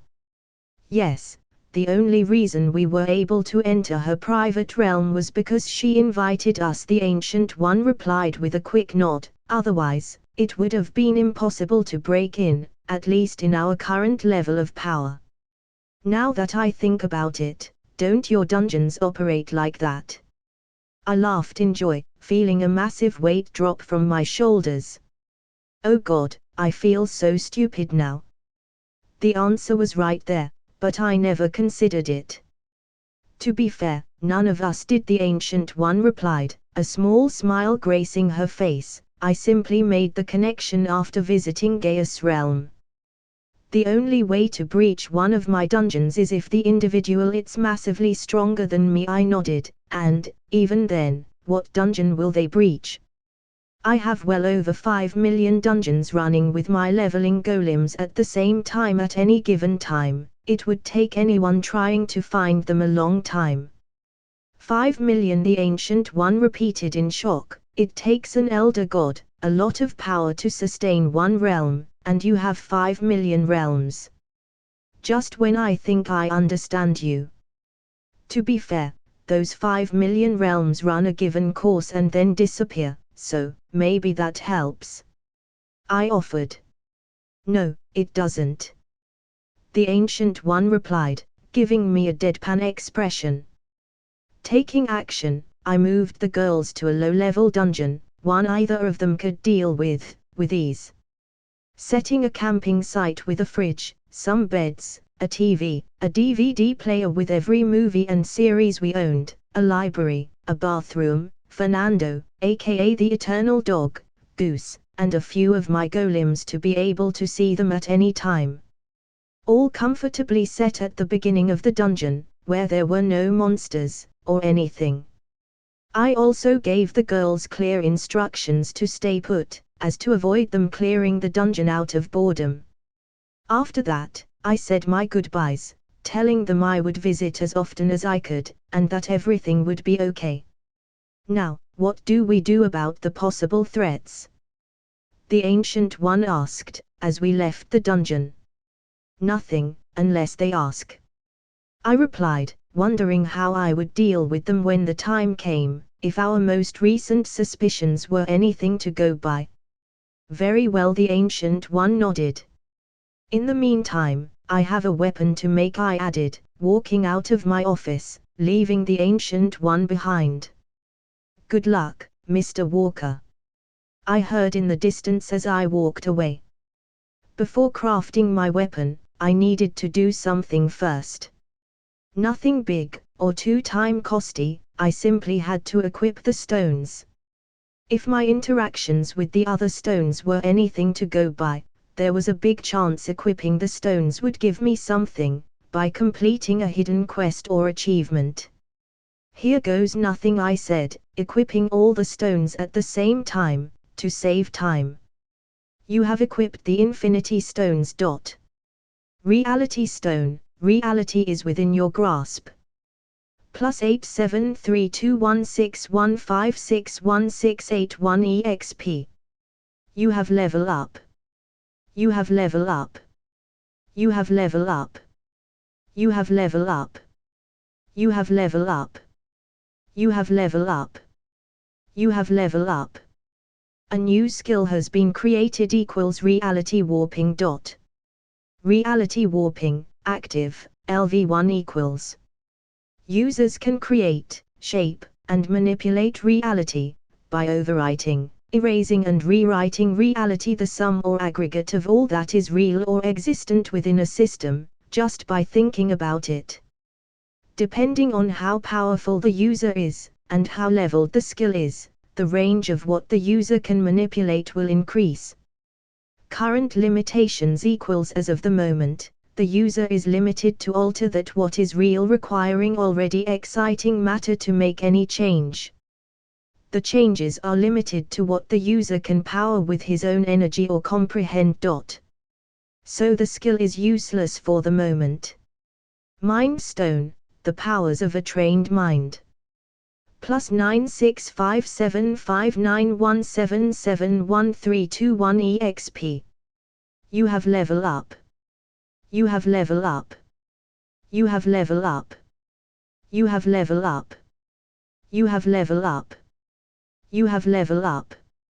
You have level up. Telekinesis has leveled up 999 times. Telepathy has leveled up 999 times. Telekinesis has reached max level. Telepathy has reached max level. A new skill has been created equals cosmic awareness. A new skill has been created equals precognition. Cosmic awareness, passive, LV max equals. With this skill, the user is now aware of anything that on a universal scale including planets being destroyed, threats, and / or anything that would affect them in any way. Precognition, active / passive, LV1 equals. This skill allows the user to perceive up to 5 seconds into the future, and in need, it can automatically activate to warn the user when his life is in danger. Cost equals 100,000 MP / S. Holy fuck, that's one expensive skill to use, energy-wise. But, one very good, if used well, it could give me an edge against null. Soulstone, the essence of one. +9 9875324578994 EXP. You have level up. You have level up. You have level up. You have level up. You have level up. You have level up. You have level up. Soul casting has leveled up 999 times. Soul blast has leveled up 999 times. Soul manipulation has leveled up 999 times. Spiritual force manipulation has leveled up 999 times. Soul casting has reached max level. Soul blast has reached max level. Soul manipulation has reached max level. Spiritual force manipulation has reached max level. A new skill has been created equals the truth of it all. True truth of it all, passive / active, LV1 equals. The user is now completely aware at all times of the true reality around them, seeing what others can't hide, as the eyes of the soul reveal the truth of it all. Nothing can be hidden in their eyes, with them seeing through environmental, sensory and / or mental illusions with ease, for their eyes only see the truth. Current limits equals the user needs to have eye contact with the target for at least a complete second. The truth of it all, well ain't that convenient. I wonder if it will show me who those two are, it's worth a shot at the very least. Hidden quest completed. Equals the power of the stones. You have done what many before you have tried, and failed. Collecting and equipping all of the stones, showing those before you, who stands at the top. Rewards equals the boons of the living tribunal x 90. The boons of the living tribunal, I still haven't used those. The boons of the living tribunal x 120. I have 120 levels right there. Without counting the 21 I just got equipping the stones. Stats. Name equals Alex Walker. Race equals unknown / celestial. Title equals the gamer. Occupation equals king of the 9 realms, in progress. Ranking equals 97th. Level equals 2016. EXP equals 17.5% / 100%. HP equals 489,007,500 / 489,007,500. MP equals 557,740,000 / 557,740,000. STR equals 960,070, plus 384,028, equals 1344098. VIT equals 978,015. Definite equals 751,289. DEX equals 779,325. Int equals 111548. Char equals 267,894. Wis equals 111548. Will equals 5998215. Per equals 576,456. LUK equals 10,000. Stat points equals 25,012. Money 43,020,785,212.05 Well, time to craft my weapon. As much as I enjoy seeing my power grow, I have things to do. Null wasn't gonna kill himself. The stones had served their purpose, it was time they served a new one. In the middle of a dead galaxy devoid of all life, one located a few billion light-years away from the Milky Way. I moved around, finding the right spot. What I was about to do required steeled concentration, and massive amounts of power, which is why I had picked this particular place. Right here, I said, my eyes scanning the area one last time, as I confirmed yet again, that the closest living organism was a few million light-years away. I was free to do as I pleased in this void. I had selected this place for one reason, and one reason only, to craft my weapon.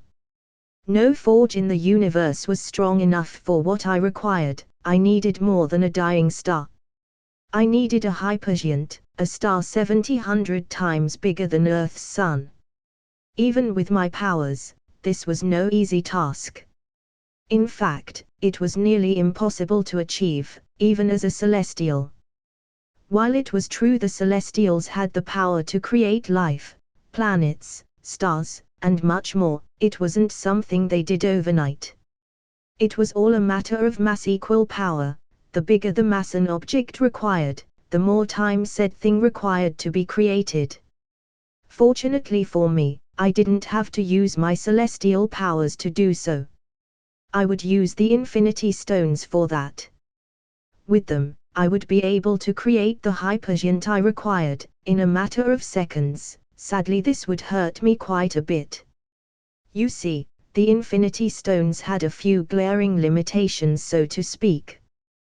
They were able to do anything for the most part, which was great, but they sucked at creation while excelling at destruction. By this I mean, it was easier to use them to destroy all life, than to create the same amount of life from nothing. The reason why was simple. The Infinity Stones followed a certain rule very tightly. The rule that states that matter cannot be created or destroyed, it can only be transformed. For example, when Thanos used the stones to kill half of all life, he didn't erase them, in the true meaning of the word, he simply altered their matter to a different state and form, effectively killing them, but not destroying them. He simply turned people into dust. When Hulk used the stones, he brought the matter Thanos had altered back to their original state. All of this was nothing but a case of matter being transformed, as the matter itself never left the universe, it simply changed shapes. Now, the thing about rules is, you can break them, but it always comes at a cost. In the stones case, about my particular case, creating a hypergiant from nothing would bring upon me heavy consequences, as the stones would use my power to fill the lack of matter to transform. Normally this wouldn't matter, as I had stated before, celestials do have the power to create things, it simply takes time, but that's the thing, because the stones would use my power to create something that would normally take years to shape, my body would be put into a rather hard strain. Nonetheless, I was confident I had more than enough power to take the hit. Well, here goes nothing, I muttered, equipping all the stones, before focusing on my intent, creating a hypergiant. As I did, I started to feel a little shiver down my spine, as the stones quivered, my power synchronizing with them. Cosmic energy insufficient. Stones rerouting energy deficiency to HP. HP and cosmic energy sufficient for transfer. Fuck, I muttered, reading the notifications, my eyes widening as 80% of my HP vanished. Before I lose consciousness. I opened my eyes again 15 seconds later. My HP, working its way up, as well as my MP, my entire body feeling extremely sore, like I just had worked out in the gym. That felt worse than I imagined. I sighed, my eyes landing on the hypergiant I had created. Even from very afar, it looked bigger than Earth's sun. Time to start working. All right then. In front of the hypergiant, I reached my hand forward to feel things out, pulling my hand back when the massive star had started to burn it. My skin slightly reddened. This will be more difficult than I expected, I muttered with irritation. Even while using my powers to coat my body, the star was hot enough to harm me. Sure, I was protected enough to be literally inches away from it, but touching it was like diving my hand in lava. I required more power to coat myself, but if I used more power, I would lack the amount I needed to craft the weapon. What a fucking conundrum. Maybe I can do what I did before. I mean, I had more than enough HP to spend, so maybe I could use some to compensate for the time being. I mean, it would certainly use less HP compared to how much I needed to create the hypergiant. Time to use the stones again. Equipping the stones once again, I focused on creating a shield around me with enough power to allow me to dive into the hypergiant's core without bursting into flames, one that would fade upon release by me, and that would only use my HP and MP as power sources, balancing between the two, instead of the stones. Star Suit, buff, LV max equals. It allows the user to dive into stars without getting harmed. However, the amount of time the user can do such it's directly connected to how much HP and MP the user has. Gold, I muttered, seeing my new protective coat, covering every inch of my body in a light golden glow. I can probably sustain this baby for a few hours before my HP enters a critical zone. Now, it was time to really get working. I had a weapon to craft, and little time to waste. Once I reached the hypergiant's core, I started to craft random things, to increase my crafting level as much as possible, which was remarkably easy to do, considering I had a crafting EXP bonus of around plus 2000% EXP. Each miscellaneous item or weapon gave me around 20 levels or so, and seeing as I was able to craft at least 5 weapons per minute, I was getting around 100 crafting levels a minute.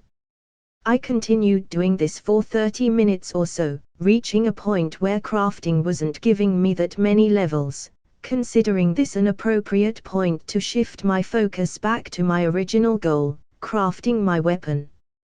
Let's fucking do this, I said, pumping myself up, as I took my ingredients out, in the following order: the fragment of the universe, the reality stone, the time stone, the power stone, the mind stone, the soul stone, and the space stone, placing them in front of me, extending my protective coat to them to a lesser extent, letting them heat up until they could be worked out. When everything was sufficiently hot, I poured my energy into the materials, feeling the pullback the stones were giving, fighting against their reshaping and alteration of motive. The entire process of giving the stones a new purpose was demanding in every sense of the word. I wanted them to keep their realms, but I also wanted to change them, to make out of them something new, and that very intent was a feat impossibly hard to achieve. Not because it required a lot of power, which it did, but because it required total concentration. Even the slightest mistake could result in the end of all life. It was a struggle of power, of me reshaping them, while also containing them, a constant pull for control, between me and the fundamental forces that ruled this universe. In fact, the very skills that represented those forces were leveling up because of this struggle. Fundamental force, strong force, has leveled up. Fundamental force, weak force, has leveled up. Fundamental force, electromagnetic force, has leveled up. Fundamental force, gravitational force, has leveled up. Fundamental force, strong force, has leveled up x2. Fundamental force, weak force, has leveled up x2. Fundamental force, electromagnetic force, has leveled up x2. Fundamental force, gravitational force, has leveled up x2. Fundamental force, strong force, has leveled up x14. Fundamental force, weak force, has leveled up x14. Fundamental force, electromagnetic force, has leveled up x14. Fundamental force, gravitational force, has leveled up x14. Fundamental force, strong force, has leveled up x11. Fundamental force, weak force, has leveled up x11.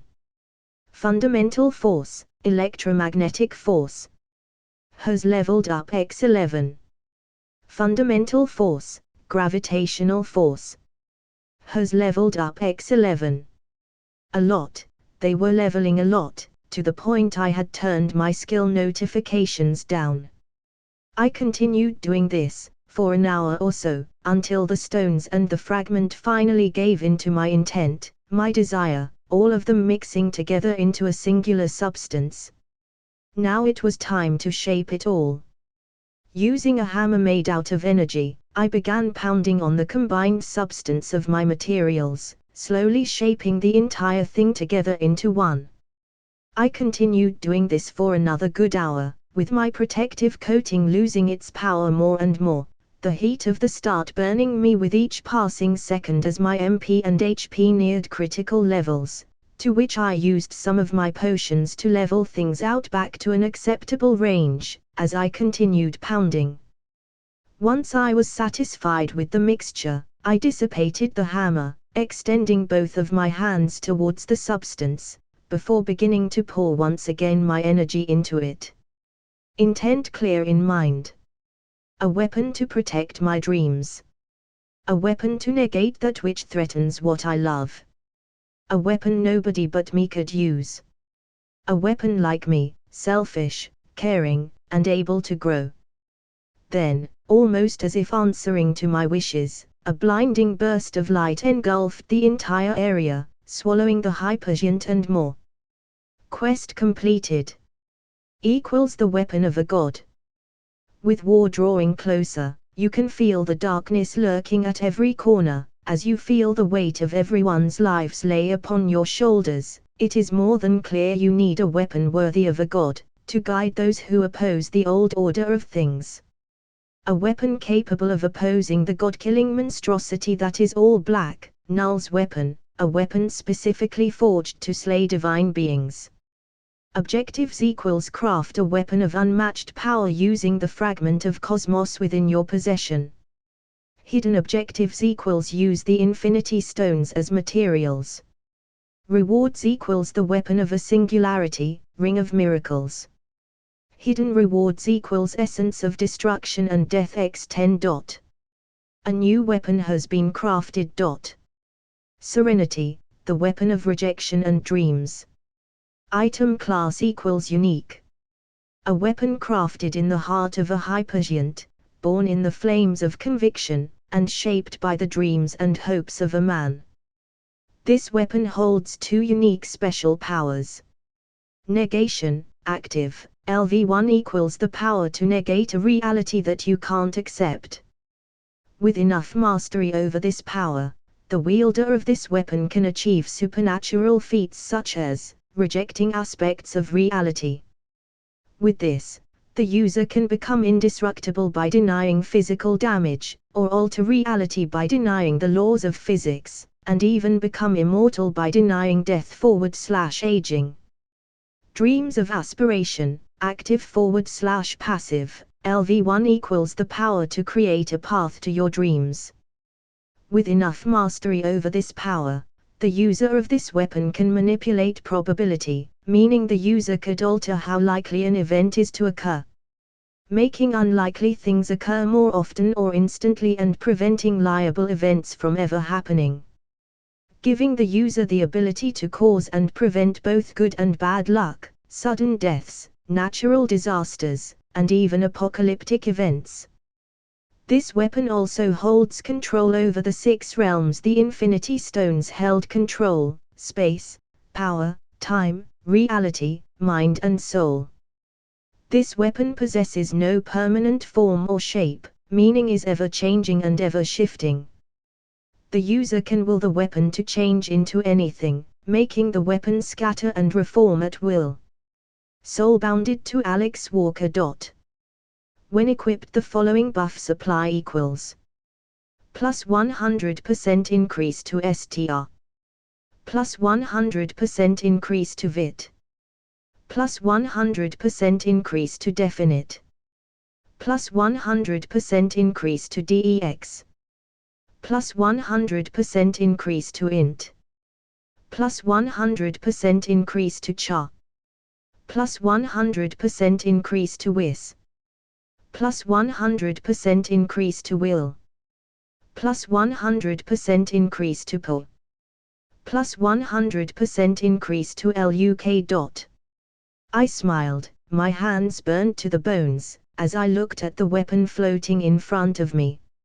It looked almost like water, like how the reality stone had looked before I had given it form, but instead of red like the ether, what laid in front of me was blue, moving like one would expect water to move in space. I laughed, looking around as I whistled in admiration. Not bad. The hypergiant was gone, almost as if it had never existed, to begin with, destroyed by my weapon's birth. Thor Odinson POV. I wonder how stories will depict me. I doubt as a hero, not anymore at least. In my quest to save the 9 realms and their people, I had so far done many terrible things.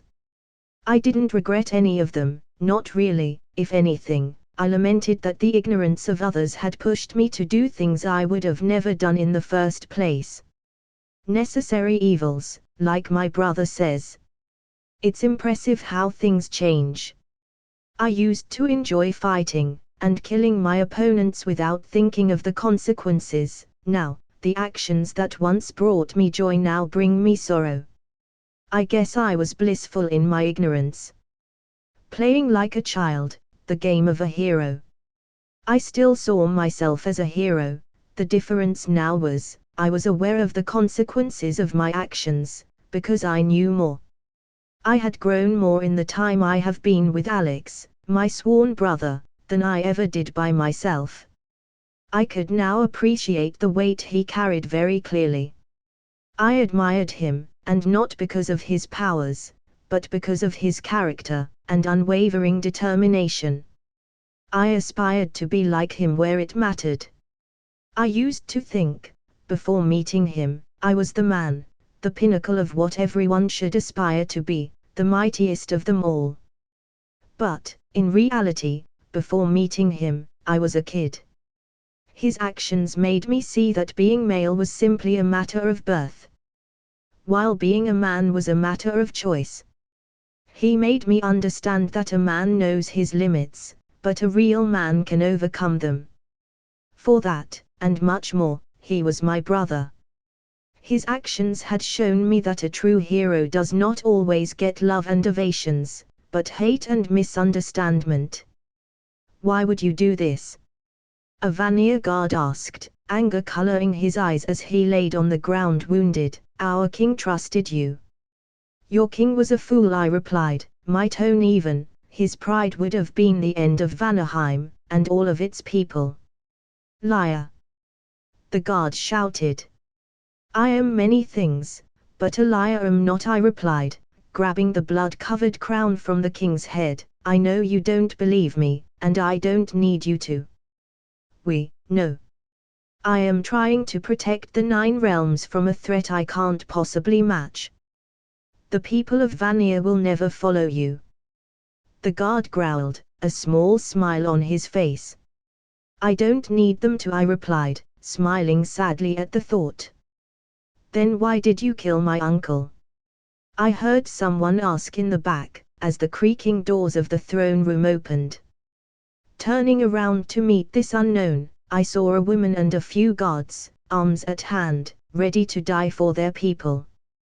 Would it really change your mind? I asked, pointing at her sword. Answer the question, she pressed defiantly, her eyes burning. I sighed, magical territory.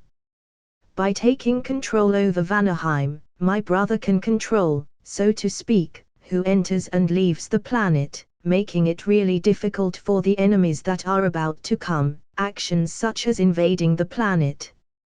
You lie. One of the guards behind her spat. Who is this enemy you speak of? She asked, shutting the guard behind her with a look. Null, I replied, my eyes resting on Vanaheim's crown, as drops of blood from the previous king fell into the floor. I doubt any of you know of him. He's far older than our universe, and was defeated before the 9 realms came to be, but rest assured, he's very real, and he's coming for everyone. He's a monster without allies, without compassion. His only goal is to destroy all in creation, to usher a new era of darkness, true darkness, without life, without death, a universe of nothing. If that monster is as old as you say he is, then how did you come to know of him? She asked. I know someone nearly as old, I replied with a smile, as technically my brother was as old as the universe, even if he didn't remember it. You may know of him as the newest prince of Asgard, most recently king. You gave your birthright to him? She asked, her eyes narrowing. Of course I nodded, as I told your uncle many times before. The outcome you see in front of you, I lack the power to defeat Null. My brother, the king once prince of Asgard, is vastly stronger than me, and even he is not sure if he can defeat him. So painfully aware of my own weakness, I decided to give him all the 9 realms, temporarily, to avoid them falling into Null's hands. I don't believe you, child, I heard a new voice scoff, as someone entered the room. An old-looking man, covered in scars, his entire posture and demeanor screaming he was a seasoned warrior. Your story feels like a fairy tale. I guffawed at his comment. You are right, it does sound like a fairy tale, but believe me, it's the truth. Once this war ends, all the realms will return to their people completely. Believe me, I don't want to rule hell. I don't even want to rule Asgard. Why would I expand? Enough talk, let us dispose of him. The guards growled, their voices coming as one. No, the woman who had first entered said, commanding her troops to stand down. He has the power to kill us all. Fighting against the All-Father is a futile endeavor. But Lady Amalista, you can't be suggesting we bow to him. Amalista, I like that name. No, she's suggesting we give him the benefit of the doubt, at least before we throw our lives away fighting him, the old man replied, eyeing Amalista. Indeed, General Adric, for now, I will trust his words to be the truth. Amalista nodded, before narrowing her eyes on me. That, however, doesn't mean Vanaheim will forgive what you did today. We will seek unyielding retribution after the war with Null, even if that means the end of our people. So when the time comes, you will have to decide between paying for your crimes, or killing us all. I do not intend to run from my actions, Lady Amalista, I replied, my tone firm, without a shred of doubt. When the time comes, I will face the consequences of my actions like a true warrior should, but be warned, You might have to get in line to get a piece of me. My crimes as you describe have barely just begun, and others just like you will seek retribution.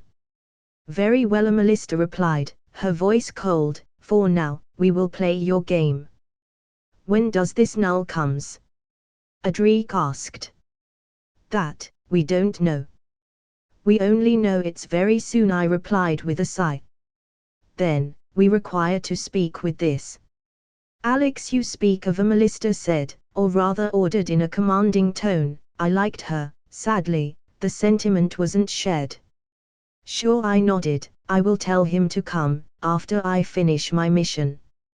Sif POV. I thrusted my blade forward, sweat glistening around me, as the air in front of me seemed to burst in a silent explosion, perforating a hole of about 30 inches in a wall 100 meters away from me. Not enough, I panted, my hands bleeding ever so slightly as I got into position once again. I was far from over. Impressive, I heard the distinctive voice of Hella in her child form chuckle as she entered my personal training room. What are you doing here? I asked, continuing with my training. Nothing really, Hella replied, grabbing one of the wooden training blades that lay on the floor, but now that I see you, I might as well help you out. I frowned, gripping the handle of my blade so hard my hand was turning stark white. I do not require of your assistance, I replied, keeping my tone even. Under normal circumstances, you would be absolutely right, Hella replied without missing a beat, but right now, we can't be too picky, can we? I sighed, glancing at the sweat-forward/blood-covered ground around me. It pained me to admit it, but she was right. What do you seek, Hella, and please go straight to the point. To be completely honest, darling, I'm no longer sure what, Hella replied, dangling the wooden sword around her hands as she looked down with a neutral smile. But I suppose, I seek to help everyone this time around, as unbelievable as that sounds. I looked at her and sighed. I didn't trust her at all, considering her not deserving of redemption, but at times I found myself asking if that was merely out of spite, because of her blatant pursuits for Alex's attention. She had done way less than Loki, at least to us, and yet, I entertained the idea of Loki's redemption more than hers.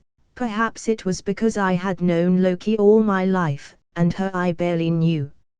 At least that's what I told myself, because I didn't want to even consider the possibility I was letting something so pathetic as petty jealousy steer my judgment, setting a glaring bias in my reasoning. Very well, I nodded, head high as a tired sigh escaped my lips. As much as I don't like you, your experience speaks for itself. Hella grinned, glancing at me, flattering, but not entirely accurate, at least, not anymore. In my time, wars were fought against armies and strategies. Now, things are gaining a new shade I didn't expect. She chuckled. I might be stronger than you, without the seals Alex put on me, of course, but I fear in the face of what is about to come, I am just as inexperienced as you. I chuckled, bearing a challenging grin as I pointed at her with my blade. Are you sure you are still stronger than me? Without a doubt, darling, I might be a lot of things, but a fool I am not, Hella replied without missing a beat, bearing a confident smile. If I learned anything during my many fights and wars, was how to gauge someone's power in regards to mine. Then let's test how accurate you are, I replied, deciding to tell Alex to break her seals. I didn't trust her, but a warrior of her caliber would be of great help during the war coming up, and as things were, we didn't have the luxury of keeping able hands out of this. Darling, if my childlike appearance wasn't enough of a giveaway, I must remind you, my powers are sealed, Hella replied, before immediately grinning in realization. You plan to ask Alex to free me, don't you? Not quite. I plan to ask Alex to put you on parole, I replied, my eyes fixed on her. While it's true I don't trust you at all. We need every able warrior to assist, and you alone have the power of an army. My, so many compliments in a day, Hela replied. Don't push your luck, I replied, hurling my blade towards a wall behind me, lodging the blade deep in the wall, leaving nothing but the handle out. Alex Walker POV. I pushed myself off the ground, scarcely dodging the attack of a demon before lunging at the beast with serenity in blade form, cutting the demon in half. Abaddon's servant slain 789745541 EXP gained. Fuck, I panted, sweat dripping down my forehead, as I dropped to the ground with one knee. Soon after I had crafted Serenity, I had decided to train, for the sake of familiarizing myself with my new weapon, discovering soon enough how physically taxing Serenity was. Serenity's description as an item had said nothing about it, so I hadn't expected such developments, but I suppose in hindsight it was to be expected. The weapon itself doubled all of my stats by simply equipping it, creating a strain on my body. Nonetheless, the strain Serenity was putting on my body made no sense. If I considered prior experiences, I had, after all, had bigger increases in stats before base-wise, without pushing my body at all, which brought me to my second guess, energy consumption, and affinity. I had gotten Serenity a day ago, and since I had started my training with it, I had come to learn a few things. 1. Serenity used a lot of MP, like a lot. To put into perspective, 12 hours ago I was only able to use Serenity for 3 minutes before running out of MP. 2. The handling of Serenity was considered a skill of its own by my power, one that had taken 12 hours to appear since I started training. Serenity, weapon skill, passive, LV57 equals. Allows the user to freely handle Serenity better. 171% increase in energy consumption efficiency. Affinity LV1 equals plus 1% increase to all weapon buffs. Right now, I was able to use Serenity, constantly, for 8 minutes and 12 seconds before running out of MP. Which was exactly a 171% increase in efficiency compared to where I started, in terms of time and energy consumption at least. Another curious thing I had discovered was that the weapon skill was evolving, so to speak, with the affinity part of the skill only coming after I had reached LV50 with the weapon skill, as well as increasing the skill efficiency multiplier from 2.5% per weapon level skill to a 3% per weapon level skill. I think it was safe to assume every 50 levels or so with Serenity's weapon skill, things would get better. My point being, that this explained the energy part of my strain, but it didn't explain the physical part of it, at all. I knew the difference between physical strain and energy strain, and I was sure I was feeling both. I guess I will learn as I go, I muttered, wiping the sweat from my face with a hand. However, before I could stand up, something about the size of a car shot toward me at a blinding speed, biting me on the arm. Fangs sunken in my flesh, I cursed in pain under my breath before slamming the creature on the head, pulling my blooded arm out of its grasp, before morphing Serenity into an M1851 Wolfsburn Magnum, and shooting at the beast in the head from point blank, erasing the creature in a blast. Abaddon's Hunter slain 89171741 EXP gained.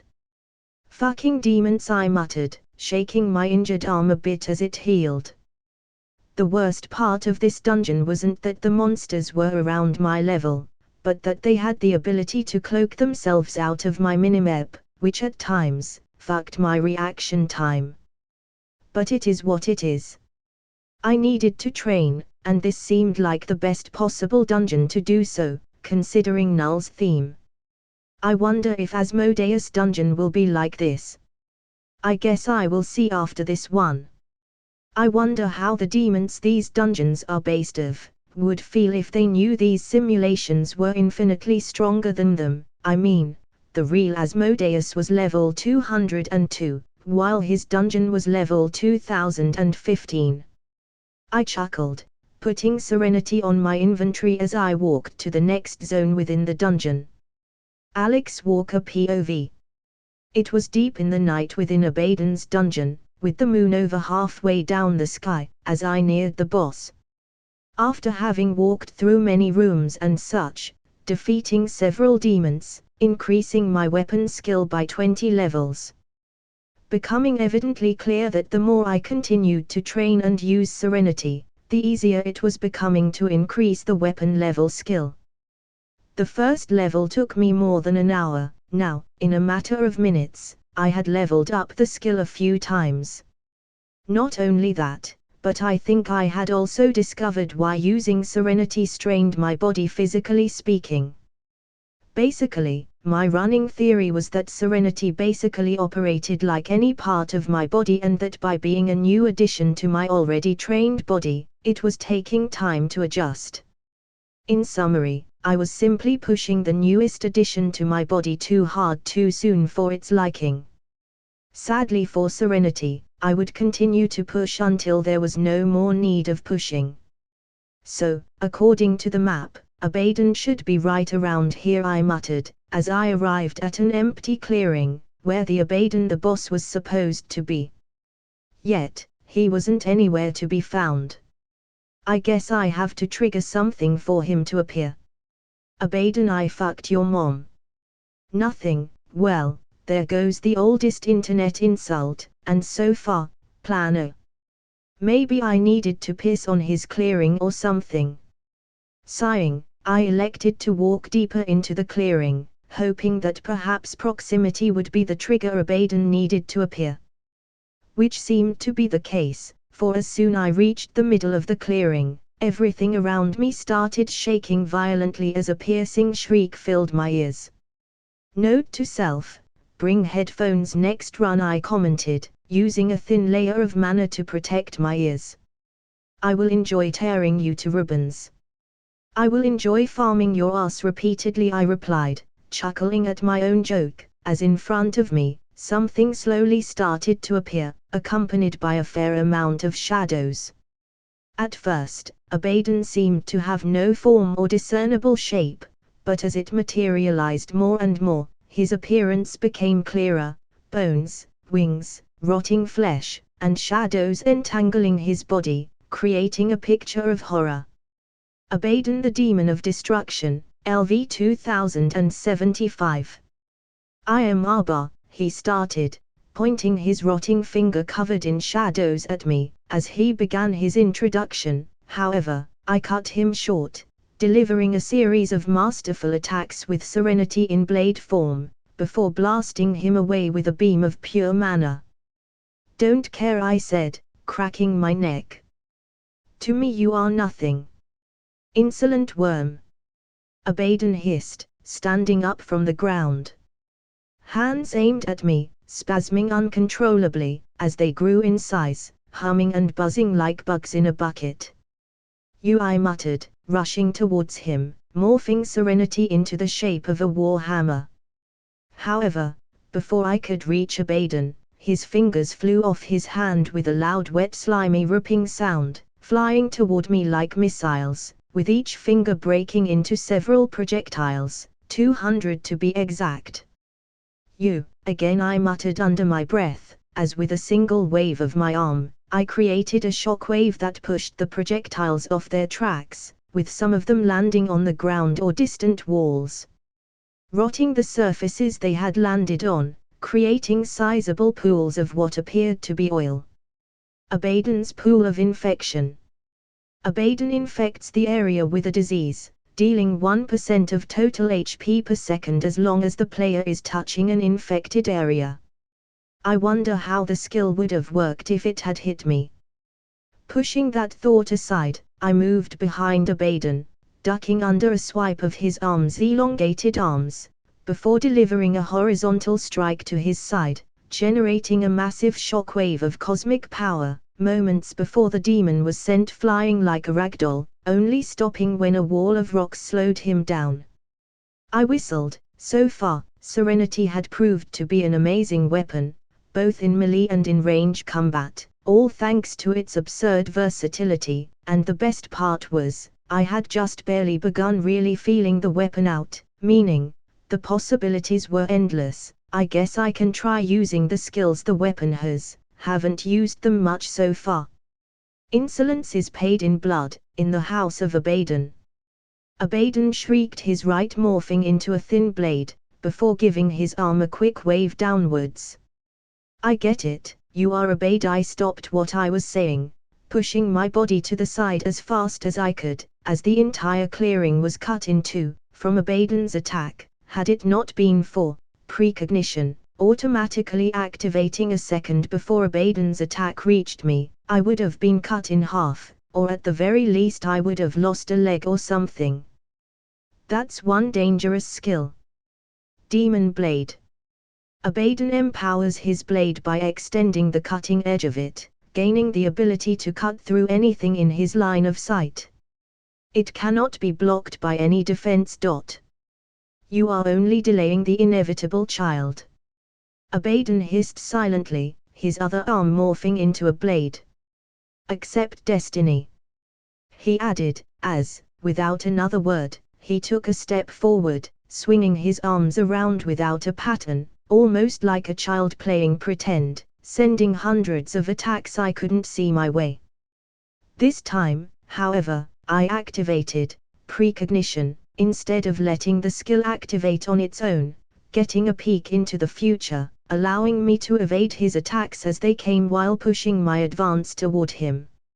Reaching him in a matter of seconds, I shot my hands forward, grabbing both of his arms mid-swing, before smiling, ordering Serenity to scatter into thousands of tiny rotating blades, surrounding him. My turn.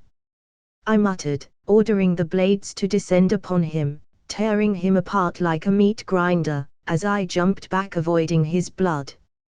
Keeping my guard up, reforming Serenity into a shield as I waited for Abaddon's next move. After all, I had yet to see his EXP being given to me, or the dungeon notification of completion. Where are you, fucker? I don't have all. Once again, I stopped mid-sentence, ducking under an attack my precognition had seen, as I turned around to see Abaddon reforming. Seeing my chance, I darted towards him, morphing Serenity into a hand blaster that wrapped around my hand, before releasing a torrent of violent energy, using negation on the blast, with the clear intent to negate his existence. For a very, very brief moment, Abaddon's form remained, straining under the blast, before being completely vaporized under it. In what seemed to be an instant, his existence effectively negated as a notification popped into my system. Abaddon the Demon of Destruction slain. 573216156165 EXP gained. You have leveled up. You have leveled up. You have leveled up. You have leveled up. You have leveled up. You have leveled up. 6 levels, that's. I smiled, taking a step forward before dropping to my knees, collapsing in the ground with a thud. I really need to improve the energy drain of this thing. I panted with a tired smile, unequipping Serenity. Null POV. I could already hear my tools, my minions whispering through the hive mind, like 1,000 stars dying at the same time, chirping with oscillation for my coming. The time was near. I could feel it, taste it, coursing over my entire body, as the shackles that kept me in this prison weakened with each passing second. They would soon shatter into nothingness. I would soon reclaim my freedom, and when I did, I would usher in a new era of darkness, a universe without life, without death, without anything but me. The only one that stood in my way was Alex. If left unchecked, that man, that thing, could threaten the natural order of things, and that I would not allow. His death was detrimental for my plans to work. At one point, I sought to use him. After all, his potential for growth was unprecedented, beyond comprehension and logic, and in more capable hands, mine, his power would go beyond any lines. However, recent events have proved that taking over his body, or manipulating him into servitude are no longer viable options. Especially taking into account there were other beings after his power, and what it entailed having it, the unique chance to overthrow the one above all. With others hunting him down, and my own means of takeover being no longer doable. His eradication was key, as it had turned into the only logical path for this undesirable development.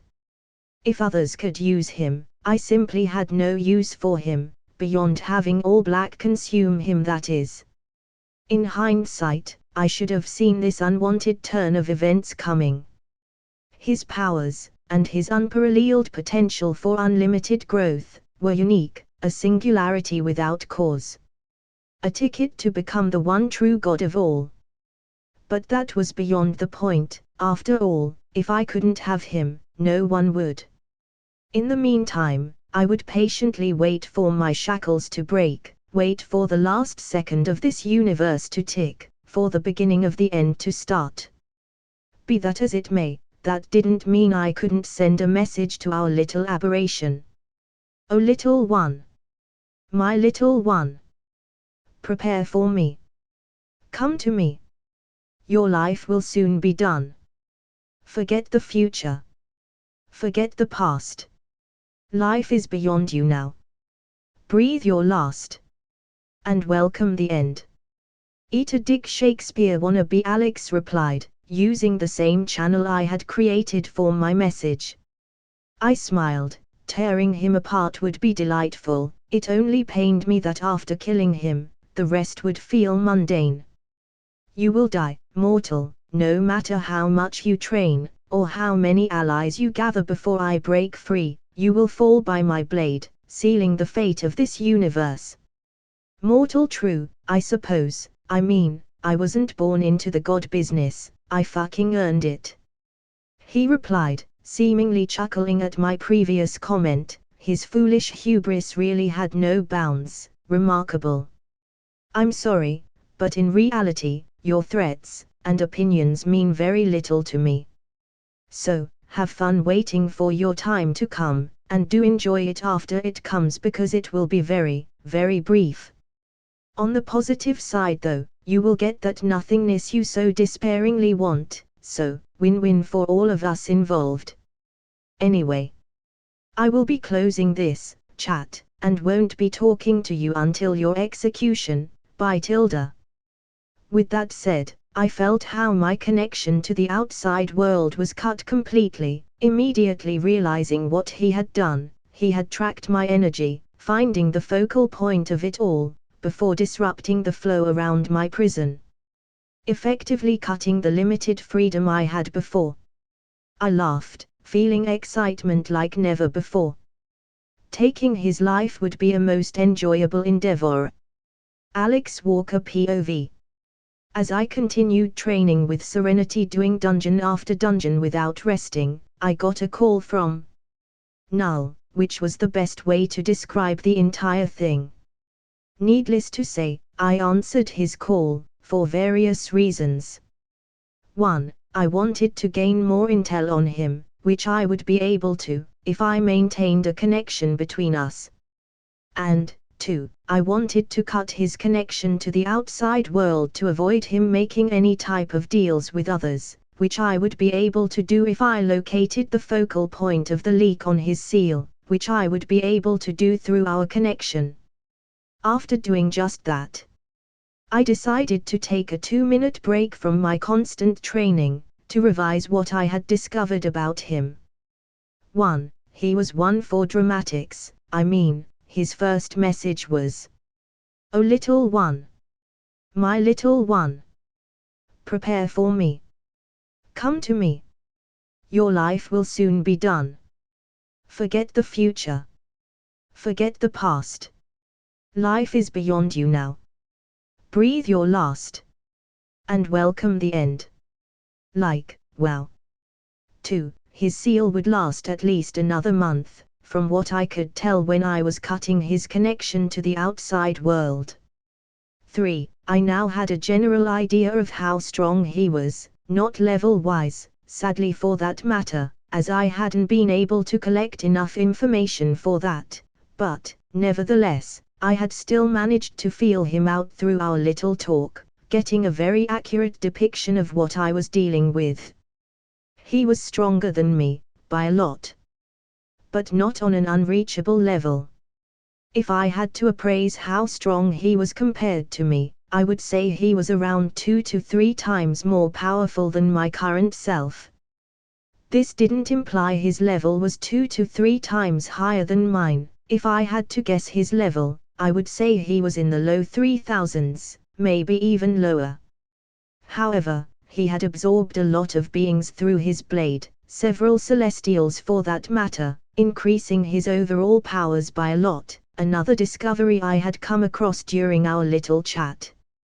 His absorption of power was quite different from mine, at least, according to my system.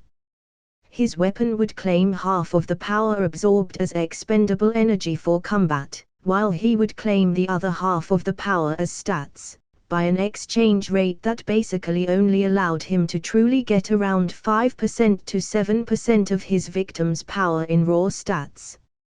He had killed a lot of powerful beings, increasing his stats, so to speak, well beyond the range of his level. Kind of like me, but on an all-you-can-eat scale for his specific case.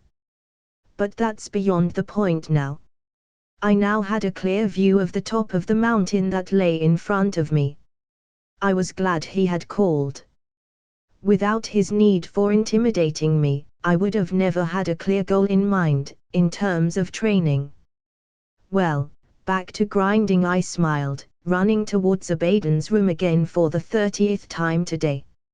I was, after all, farming his sword skill. Apparently for him to drop the scroll with his skill, I had to allow him to cut me once, unlocking an achievement that enabled the boss to drop the scroll. To be honest, I feel like my power is going all masochist on me with these achievements, but fuck it, I don't mind losing a limb or two temporarily as long as the reward was juicy enough. Civ POV.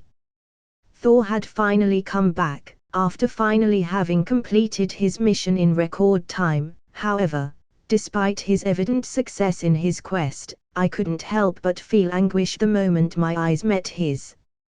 His eyes, they had changed, having a different feeling to them.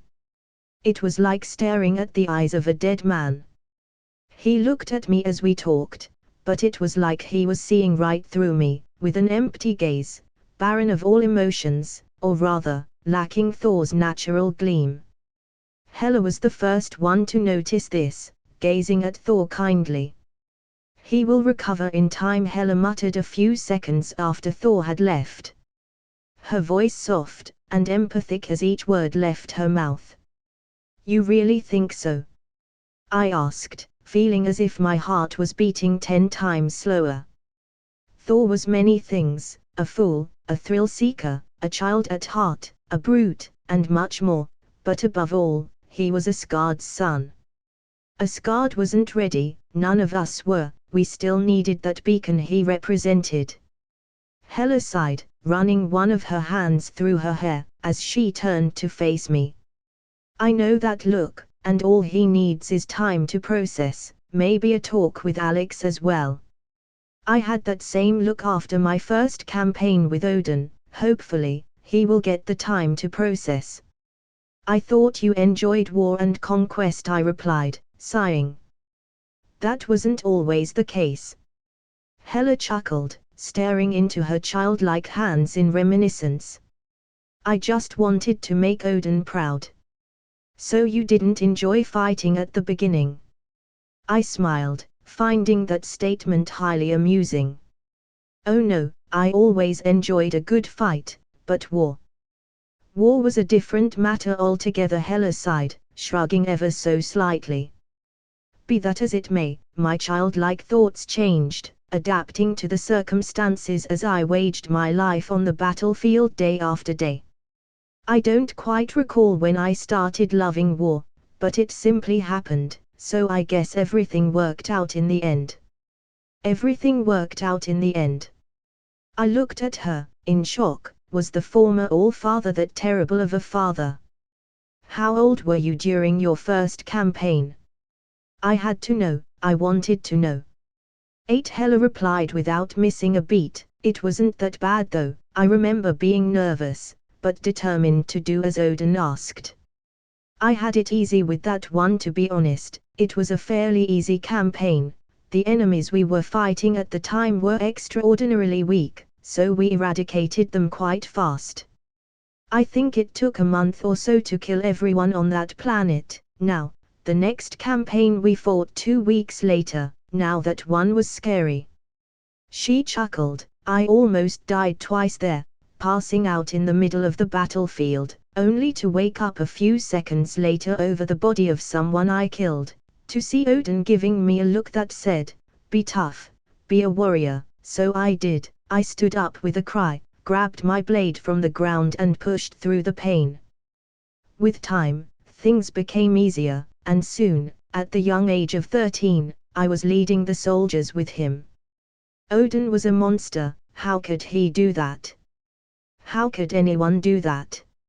She was a child, his child, and he took her love, her trust, her everything and crushed it under his hands.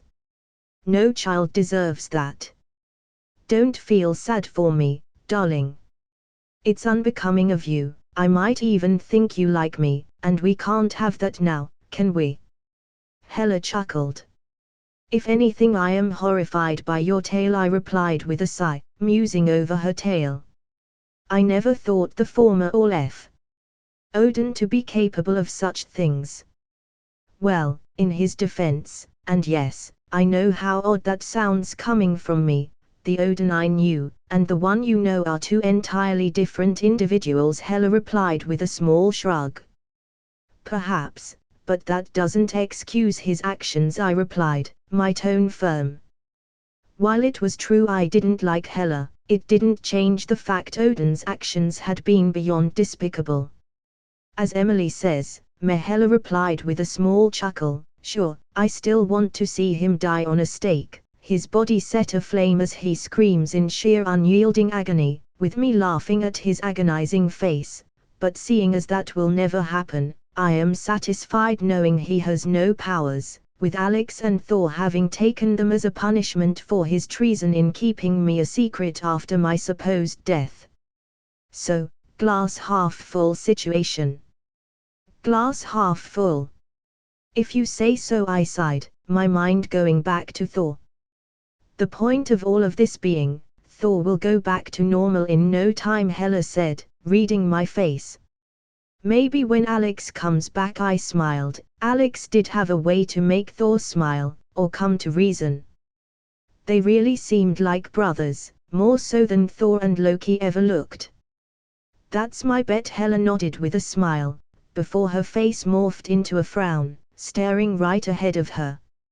I followed her gaze, finding Vest and Adra walking into the room. Hi. Vest smiled, waving at us, making Hella tense even more. Could it be that she was able to feel they were threats? That made no sense. If they were, which was Alex's running theory, they had fooled us all. Well, hello there, ladies, Adra winked, giving Hella a warm smile. Why so tense? I haven't pranked you yet. I think. My apologies, I simply do not like strangers, Hella replied without missing a beat. As you can clearly see, I am but a child, at least in body, so, as Emily would say, stranger danger. Fair enough, Adra shrugged. We are so sorry to disturb you girls, we really are, but we were looking for Alex and Emily. We have looked everywhere, and we can't find them. Do you have any idea where they are? Vest inquired, her eyes shining with kindness. We do not, I replied, just as Alex had told me to, because I really didn't know. I had no idea where the girls were, or him for that matter. It was all part of the plan, to secure the girls as much as possible, by keeping those who knew their location to the bare minimum. "Ah, I see," Vest sighed, before pulling a basket full of muffins out of nowhere with a warm infectious smile. "Well, if you see them, please tell them we are looking for them." "Will do," I replied, taking the basket. Realizing that now that I was aware of her presence making me feel warm and relaxed, it felt wrong, almost as if I was being drugged or hypnotized by her. "Well, toodaloos," Tildra smiled, before turning around and walking towards the exit with Vest. After Vest and Adra left, leaving us in silence, we moved back to my private training ground to continue with my training with Hella instructing me, as well as having some privacy to ask Hella why she reacted that way. Much to my shock, the moment we entered my place, Hella turned to me and hissed, "We need to contact Alex, right fucking now. You know who they really are?" I urged, seeing her agitated state, and immediately realizing what was happening. "Not all, but I caught wind of Alex's suspicions thanks to his change towards them," Hella replied, frowning. "My first opinion of them was that they were unbearably irritating, the man especially, while the girl felt like home to me, so instead of questioning that, I simply accredited those feelings to Emily rubbing off on me. But after seeing Alex's body language change towards them, I started to question my own assumptions, and when I did, I found myself no longer feeling safe around them." "Same," I replied quietly. The moment I was told they were possible threats, I just couldn't help but feel like jumping out of the room whenever they were around. The feelings around them were the same, but now, they felt as if snakes were crawling all over my body. I have no doubts those two are threats. Everything twisted the moment I became aware there was something to be wary about, almost as if I had opened my eyes to actually see them, Hella added, taking a deep breath, her thoughts concurring with mine. The once warm and welcoming feeling of home the girl gave, changed. It was still warm, but somehow cold at the same time, making me feel like I was a prisoner of my own home.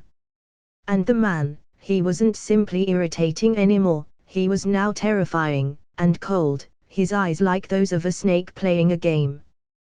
"We must act carefully," I nodded. "I am fully aware," Hella replied, "so do that."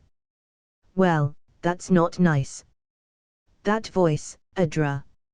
Leave my property this instant," I ordered, keeping my tone even and calm, as Adra stared into my eyes. Hella was right, his eyes felt like those of a snake, it was unsettling.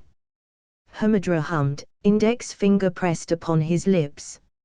"Not sure I like that offer." "I refuse to die without a fight," Hella muttered, pulling a knife out of her clothes while getting into a battle stance. "Well, ain't that cute?" Adra chuckled, looking at Hella. "Leave. Now."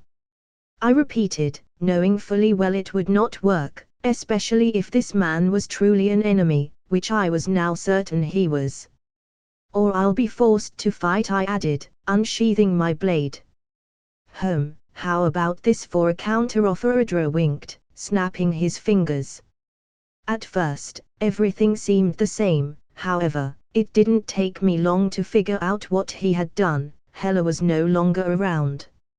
"You killed her," I muttered, before staring into his eyes. "No, I simply sent her away, to a forest nearby," Adra replied, as he started walking towards me with an unsettling smile. "She will be okay, probably, but I did what I had to do, there was simply no other way. I needed to have a private chat with you, nothing bad, I assure you." Author note: this revelation doesn't discredit the theory of who are Alex's parents. This revelation, if anything, shows that a predator knows how to hunt his prey. As I foreshadowed earlier a few chapters ago. Lies that are truths. Clue of the day equals the real deal already appeared in the novel multiple times. At the beginning, middle and somewhere before this arc. Let's see who manages to note the appearances in the novel. Beyond that. Enjoy, with love, Corn. 18 days had passed since I started doing dungeons. 18 days since I had last seen the real world. 18 days where I hadn't slept at all, doing dungeon after dungeon, non-stop. 18 days where I hadn't eaten. In short, 18 days where I had done nothing but killing monsters. Serenity, weapon skill, passive, LV 571 equals. Allows the user to freely handle Serenity better. 6,281% increase in energy consumption efficiency.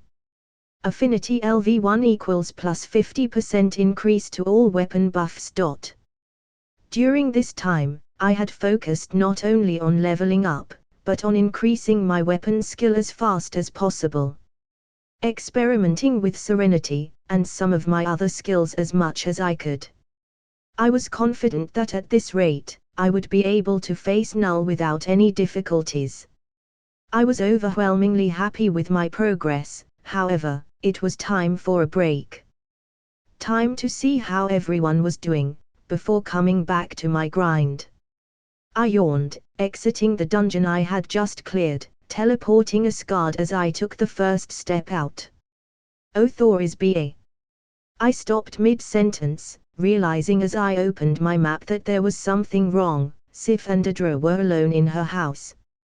Without a second thought I teleported to her house, a few feet behind Adra, to find at a first glance, Sif lying on the ground coughing in pain, her body spasming, as Adra tried to help her. "Drink this, you will feel better," Adra said, his tone soothing and full of worry. I said nothing at the sight, instead deciding to act, by taking a step forward, snatching Sif out of his grasp before he could react, as I scanned her body. Curse of Set, unique affliction. Those afflicted by this curse have their minds warped and twisted, leaving nothing but static noise behind, and broken memories for as long as the curse remains. The curse is transmitted via bloodstream, meaning that Set requires to mix his own blood with that of his target for the curse to activate. Once active, the curse becomes nearly impossible to lift, as any curse purifying methods would also affect the victim's blood that has now become one with Set's. Unique status equals as a unique affliction. This curse can only be lifted if Set himself breaks the curse, or by giving the afflicted to drink from a vial of purified blood from Set himself. Negation can also cure the affliction, by negating Set's blood in the victim's body, or the mixture of both bloods from existing. However, the user requires to know the properties of both bloods to discern between negations. I needed more information to lift the curse with negation. It would be easier to have him lift it, or kill him and purify his blood. Alex. You're back. I'm glad you came. I don't know what to do. I was looking for you, and decided to ask your girlfriend about your whereabouts, but when I came to talk to her, I found her like this. Adra sighed, his tone full of worry. Even with my powers, whatever afflicts her is beyond my reach to help. Undo the curse, now. I ordered, my voice muffled by absolute rage. Undo it's a curse. Adra said, in shock, then this complicates things. I turned around, glaring at him as I gently placed Sif on her couch, summoning Serenity to soothe her mind, taking her mental pain away with the powers that once belonged to the Mind Stone. Set, the Serpent God, LV 2489. You can't fool me any longer, I replied, my eyes on Sif, as I summoned a pair of healing golems to attend to her. What? Set, still pretending to be Adra, tilted his head to the side, confusion dawning on his face. I am offering you the undeserving luxury of a quick death, Serpent God, so do as I command, and undo the curse, now. I spat, taking a step towards him. The moment I said that, something in his eyes snapped, like a balloon bursting. his entire demeanor changing, as he bowed slightly. "You saw through my disguise. Remarkable, but rather unexpected. Was it Gaia that sold me out?" He sighed. "I guess it doesn't matter anyways if my sister sold me out or not. Too bad though. I was sure the images I had extracted from your surface thoughts would do. I mean, they belonged to people you subconsciously love. Hell, I even overwrote my mind and that of a clone I had created to play the perfect role, planning to keep being Adra and Vest, at least until you were ripe enough for, well, you will see soon enough." "Very well then, if you won't heal her, I have no use for your existence," I replied in a deep, menacing tone. "Aren't you a confident one?" Set chuckled, his eyes on me. "Child, don't let your hubris blind you. While it's true your potential is unmatched in every conceivable way, you are still nothing but an infant compared to me, one far, far away from my league.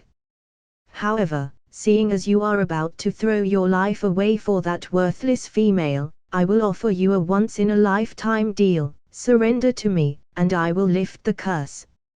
"Enough talk, you putrid parasite," I scowled, teleporting the both of us to an empty planet to avoid hurting anyone, leaving behind Serenity to aid the golems in keeping Sif without any pain. Once again, my generosity is wasted. Oh well, that's what happens when I want to eat without bruising the meat. It never works. Set sighed, shaking his head in disappointment. "I don't think you've fully understood what's happening, or why I'm so confident. So before I begin dismantling you and turning your remains into a fucking bag, have something very clear. I am stronger than you," I replied, walking towards him. "That's sweet," Set snorted, wearing a honeyed look. "I almost feel bad for what I'm about to do." The Watcher POV. Time. Space. Reality. It's more than a linear path, it's a prism of endless possibilities, where a single choice can branch out into infinite realities, creating alternate worlds from the ones you know. I am the Watcher, the guardian of these realities. The one to know it all. What will be? What could be? I had, after all, seen it all happen more than once. However, I was proved wrong, when the anomaly came to be. Alex Walker, an unknown, his existence a singularity in all of the multiverse. A deviation from all, without precedent. I had observed Alex through it all. His awakening. The challenges he had to face, all of it, I had witnessed it. For me, every event involving him, every turn, every blink, every action, every challenge he faced, it was all new. I had seen him go from a mortal man to a god, with each step he took paving his unconceivable future with endless possibilities, just like the multiverse. Today, he was about to face Set, an elder god of untold power, that just a few days ago was out of his reach completely. However, Alex seemed confident of his victory, after having trained within his dungeons for 18 days. I had no way to confirm his claims, for his dungeons, as he called them, stepped out of his reality, leaving without sight of his. So, I truly had no idea what he did in them, but if past events had proved anything, it was that Alex was hardly a liar. A truth the Elder God would soon find out. Alex Walker POV. I walked towards Set, my energy flaring in anger at the sight of him. "I might torture that female a bit after I'm done with you," Set taunted with a sickening smile, his body morphing with an explosion into what I assumed was his true form. A six-headed serpent of massive proportions, one that would easily tower above the tallest mountain, each of his heads gracing the sky menacingly from a different angle. In a fit of rage, I dashed towards him in a blur of movement, closing the distance between us before he could continue talking, grabbing one of his heads with my left hand before smashing it into the ground. This putrid beast had crossed a line, and he would pay for it. There was no holding back. there was no calm approach, only making him suffer as much as I could. Well, impatient are we? I wanted to play a bit before having supper, but sure, let's play your way, he said through one of his many heads, with the head I had smashed into the ground, bleeding, as he offered a sadistic laugh that echoed across the empty planet. Ah, well, in that case, let's eat. At this, Set's energy exploded with power, his cosmic presence becoming larger, as his power increased. He was tapping into his realm to access more power. I was, however, overwhelmingly unimpressed by his pathetic display, simply deciding to match his display of power, by flaring my own cosmic energy to match his. My, impressive, no wonder you are so confident. Set cackled, his serpentine tongues oscillating outside his head in quivering excitement. Be that as it may, it won't be enough, but, if it's any consolation, it does make you look more appetizing.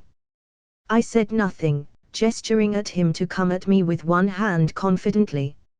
Set chuckled at this, charging at me. Our auras flaring, like small stars in a bright display of power that illuminated the planet, as we crashed into one another, our attacks pushing against one another. Set, the serpent god, POV. I charged towards Alex, sure the amount of power I was channeling from my realm would be more than enough to deal with him quickly. I was, after all, using a level of power far greater than I have ever used before. However, the moment our attacks clashed, I felt myself being pushed back.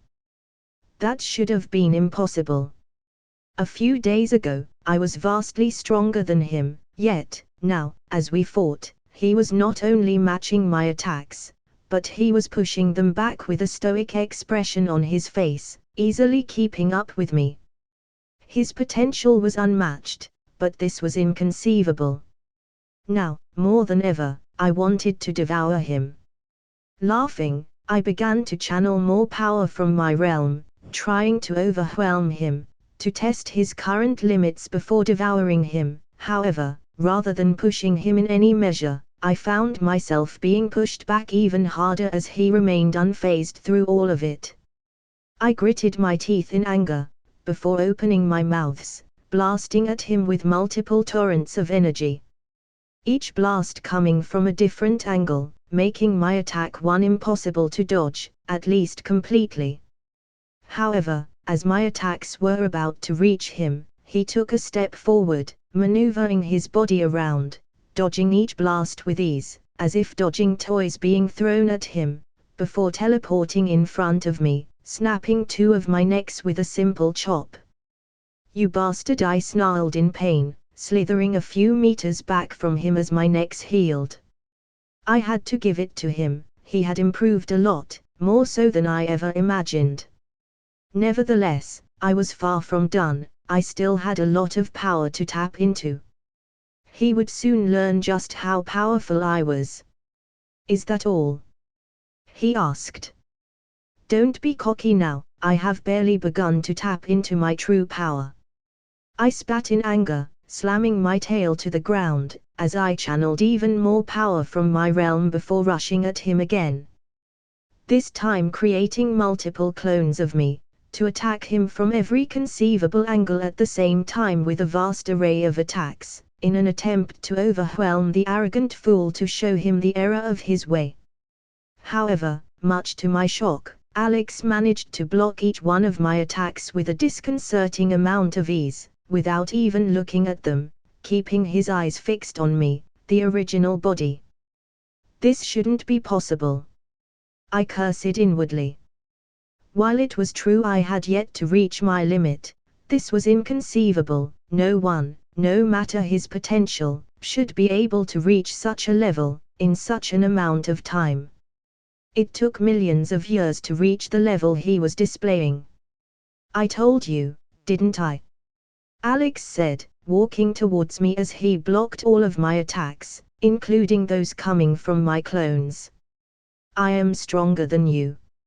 Angered by his hubris, I tried to push my advance harder, but before I could, Alex blurred out of sight, appearing in front of me, landing a clean hit to my body, right where my liver was located, sending my body flying across the planet, with a trail of blood that followed close behind. No matter what you do, you will not defeat me.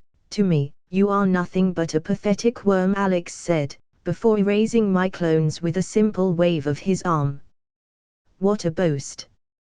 Careful not to choke on your modesty, brat. Then, again, I can't really fault you for being this confident. I mean, credit where it is due, you have really exceeded my expectations. By a big margin, I'll admit. I laughed, my body healing as I stood up from the ground, glaring at him. But, as I said before, I am far from done. Far from done. Good, I haven't even started using my power, Alex replied, hardening his gaze at me with a confident air. His hubris really knew no bounds. He really thought he was stronger than me. He would see. No more playing around. Is that so? I exclaimed, sneering. Then allow me to correct your faulty disillusions. By showing you my real power. Be a nice change of pace, Alex replied, with a cocky smile. We'll see.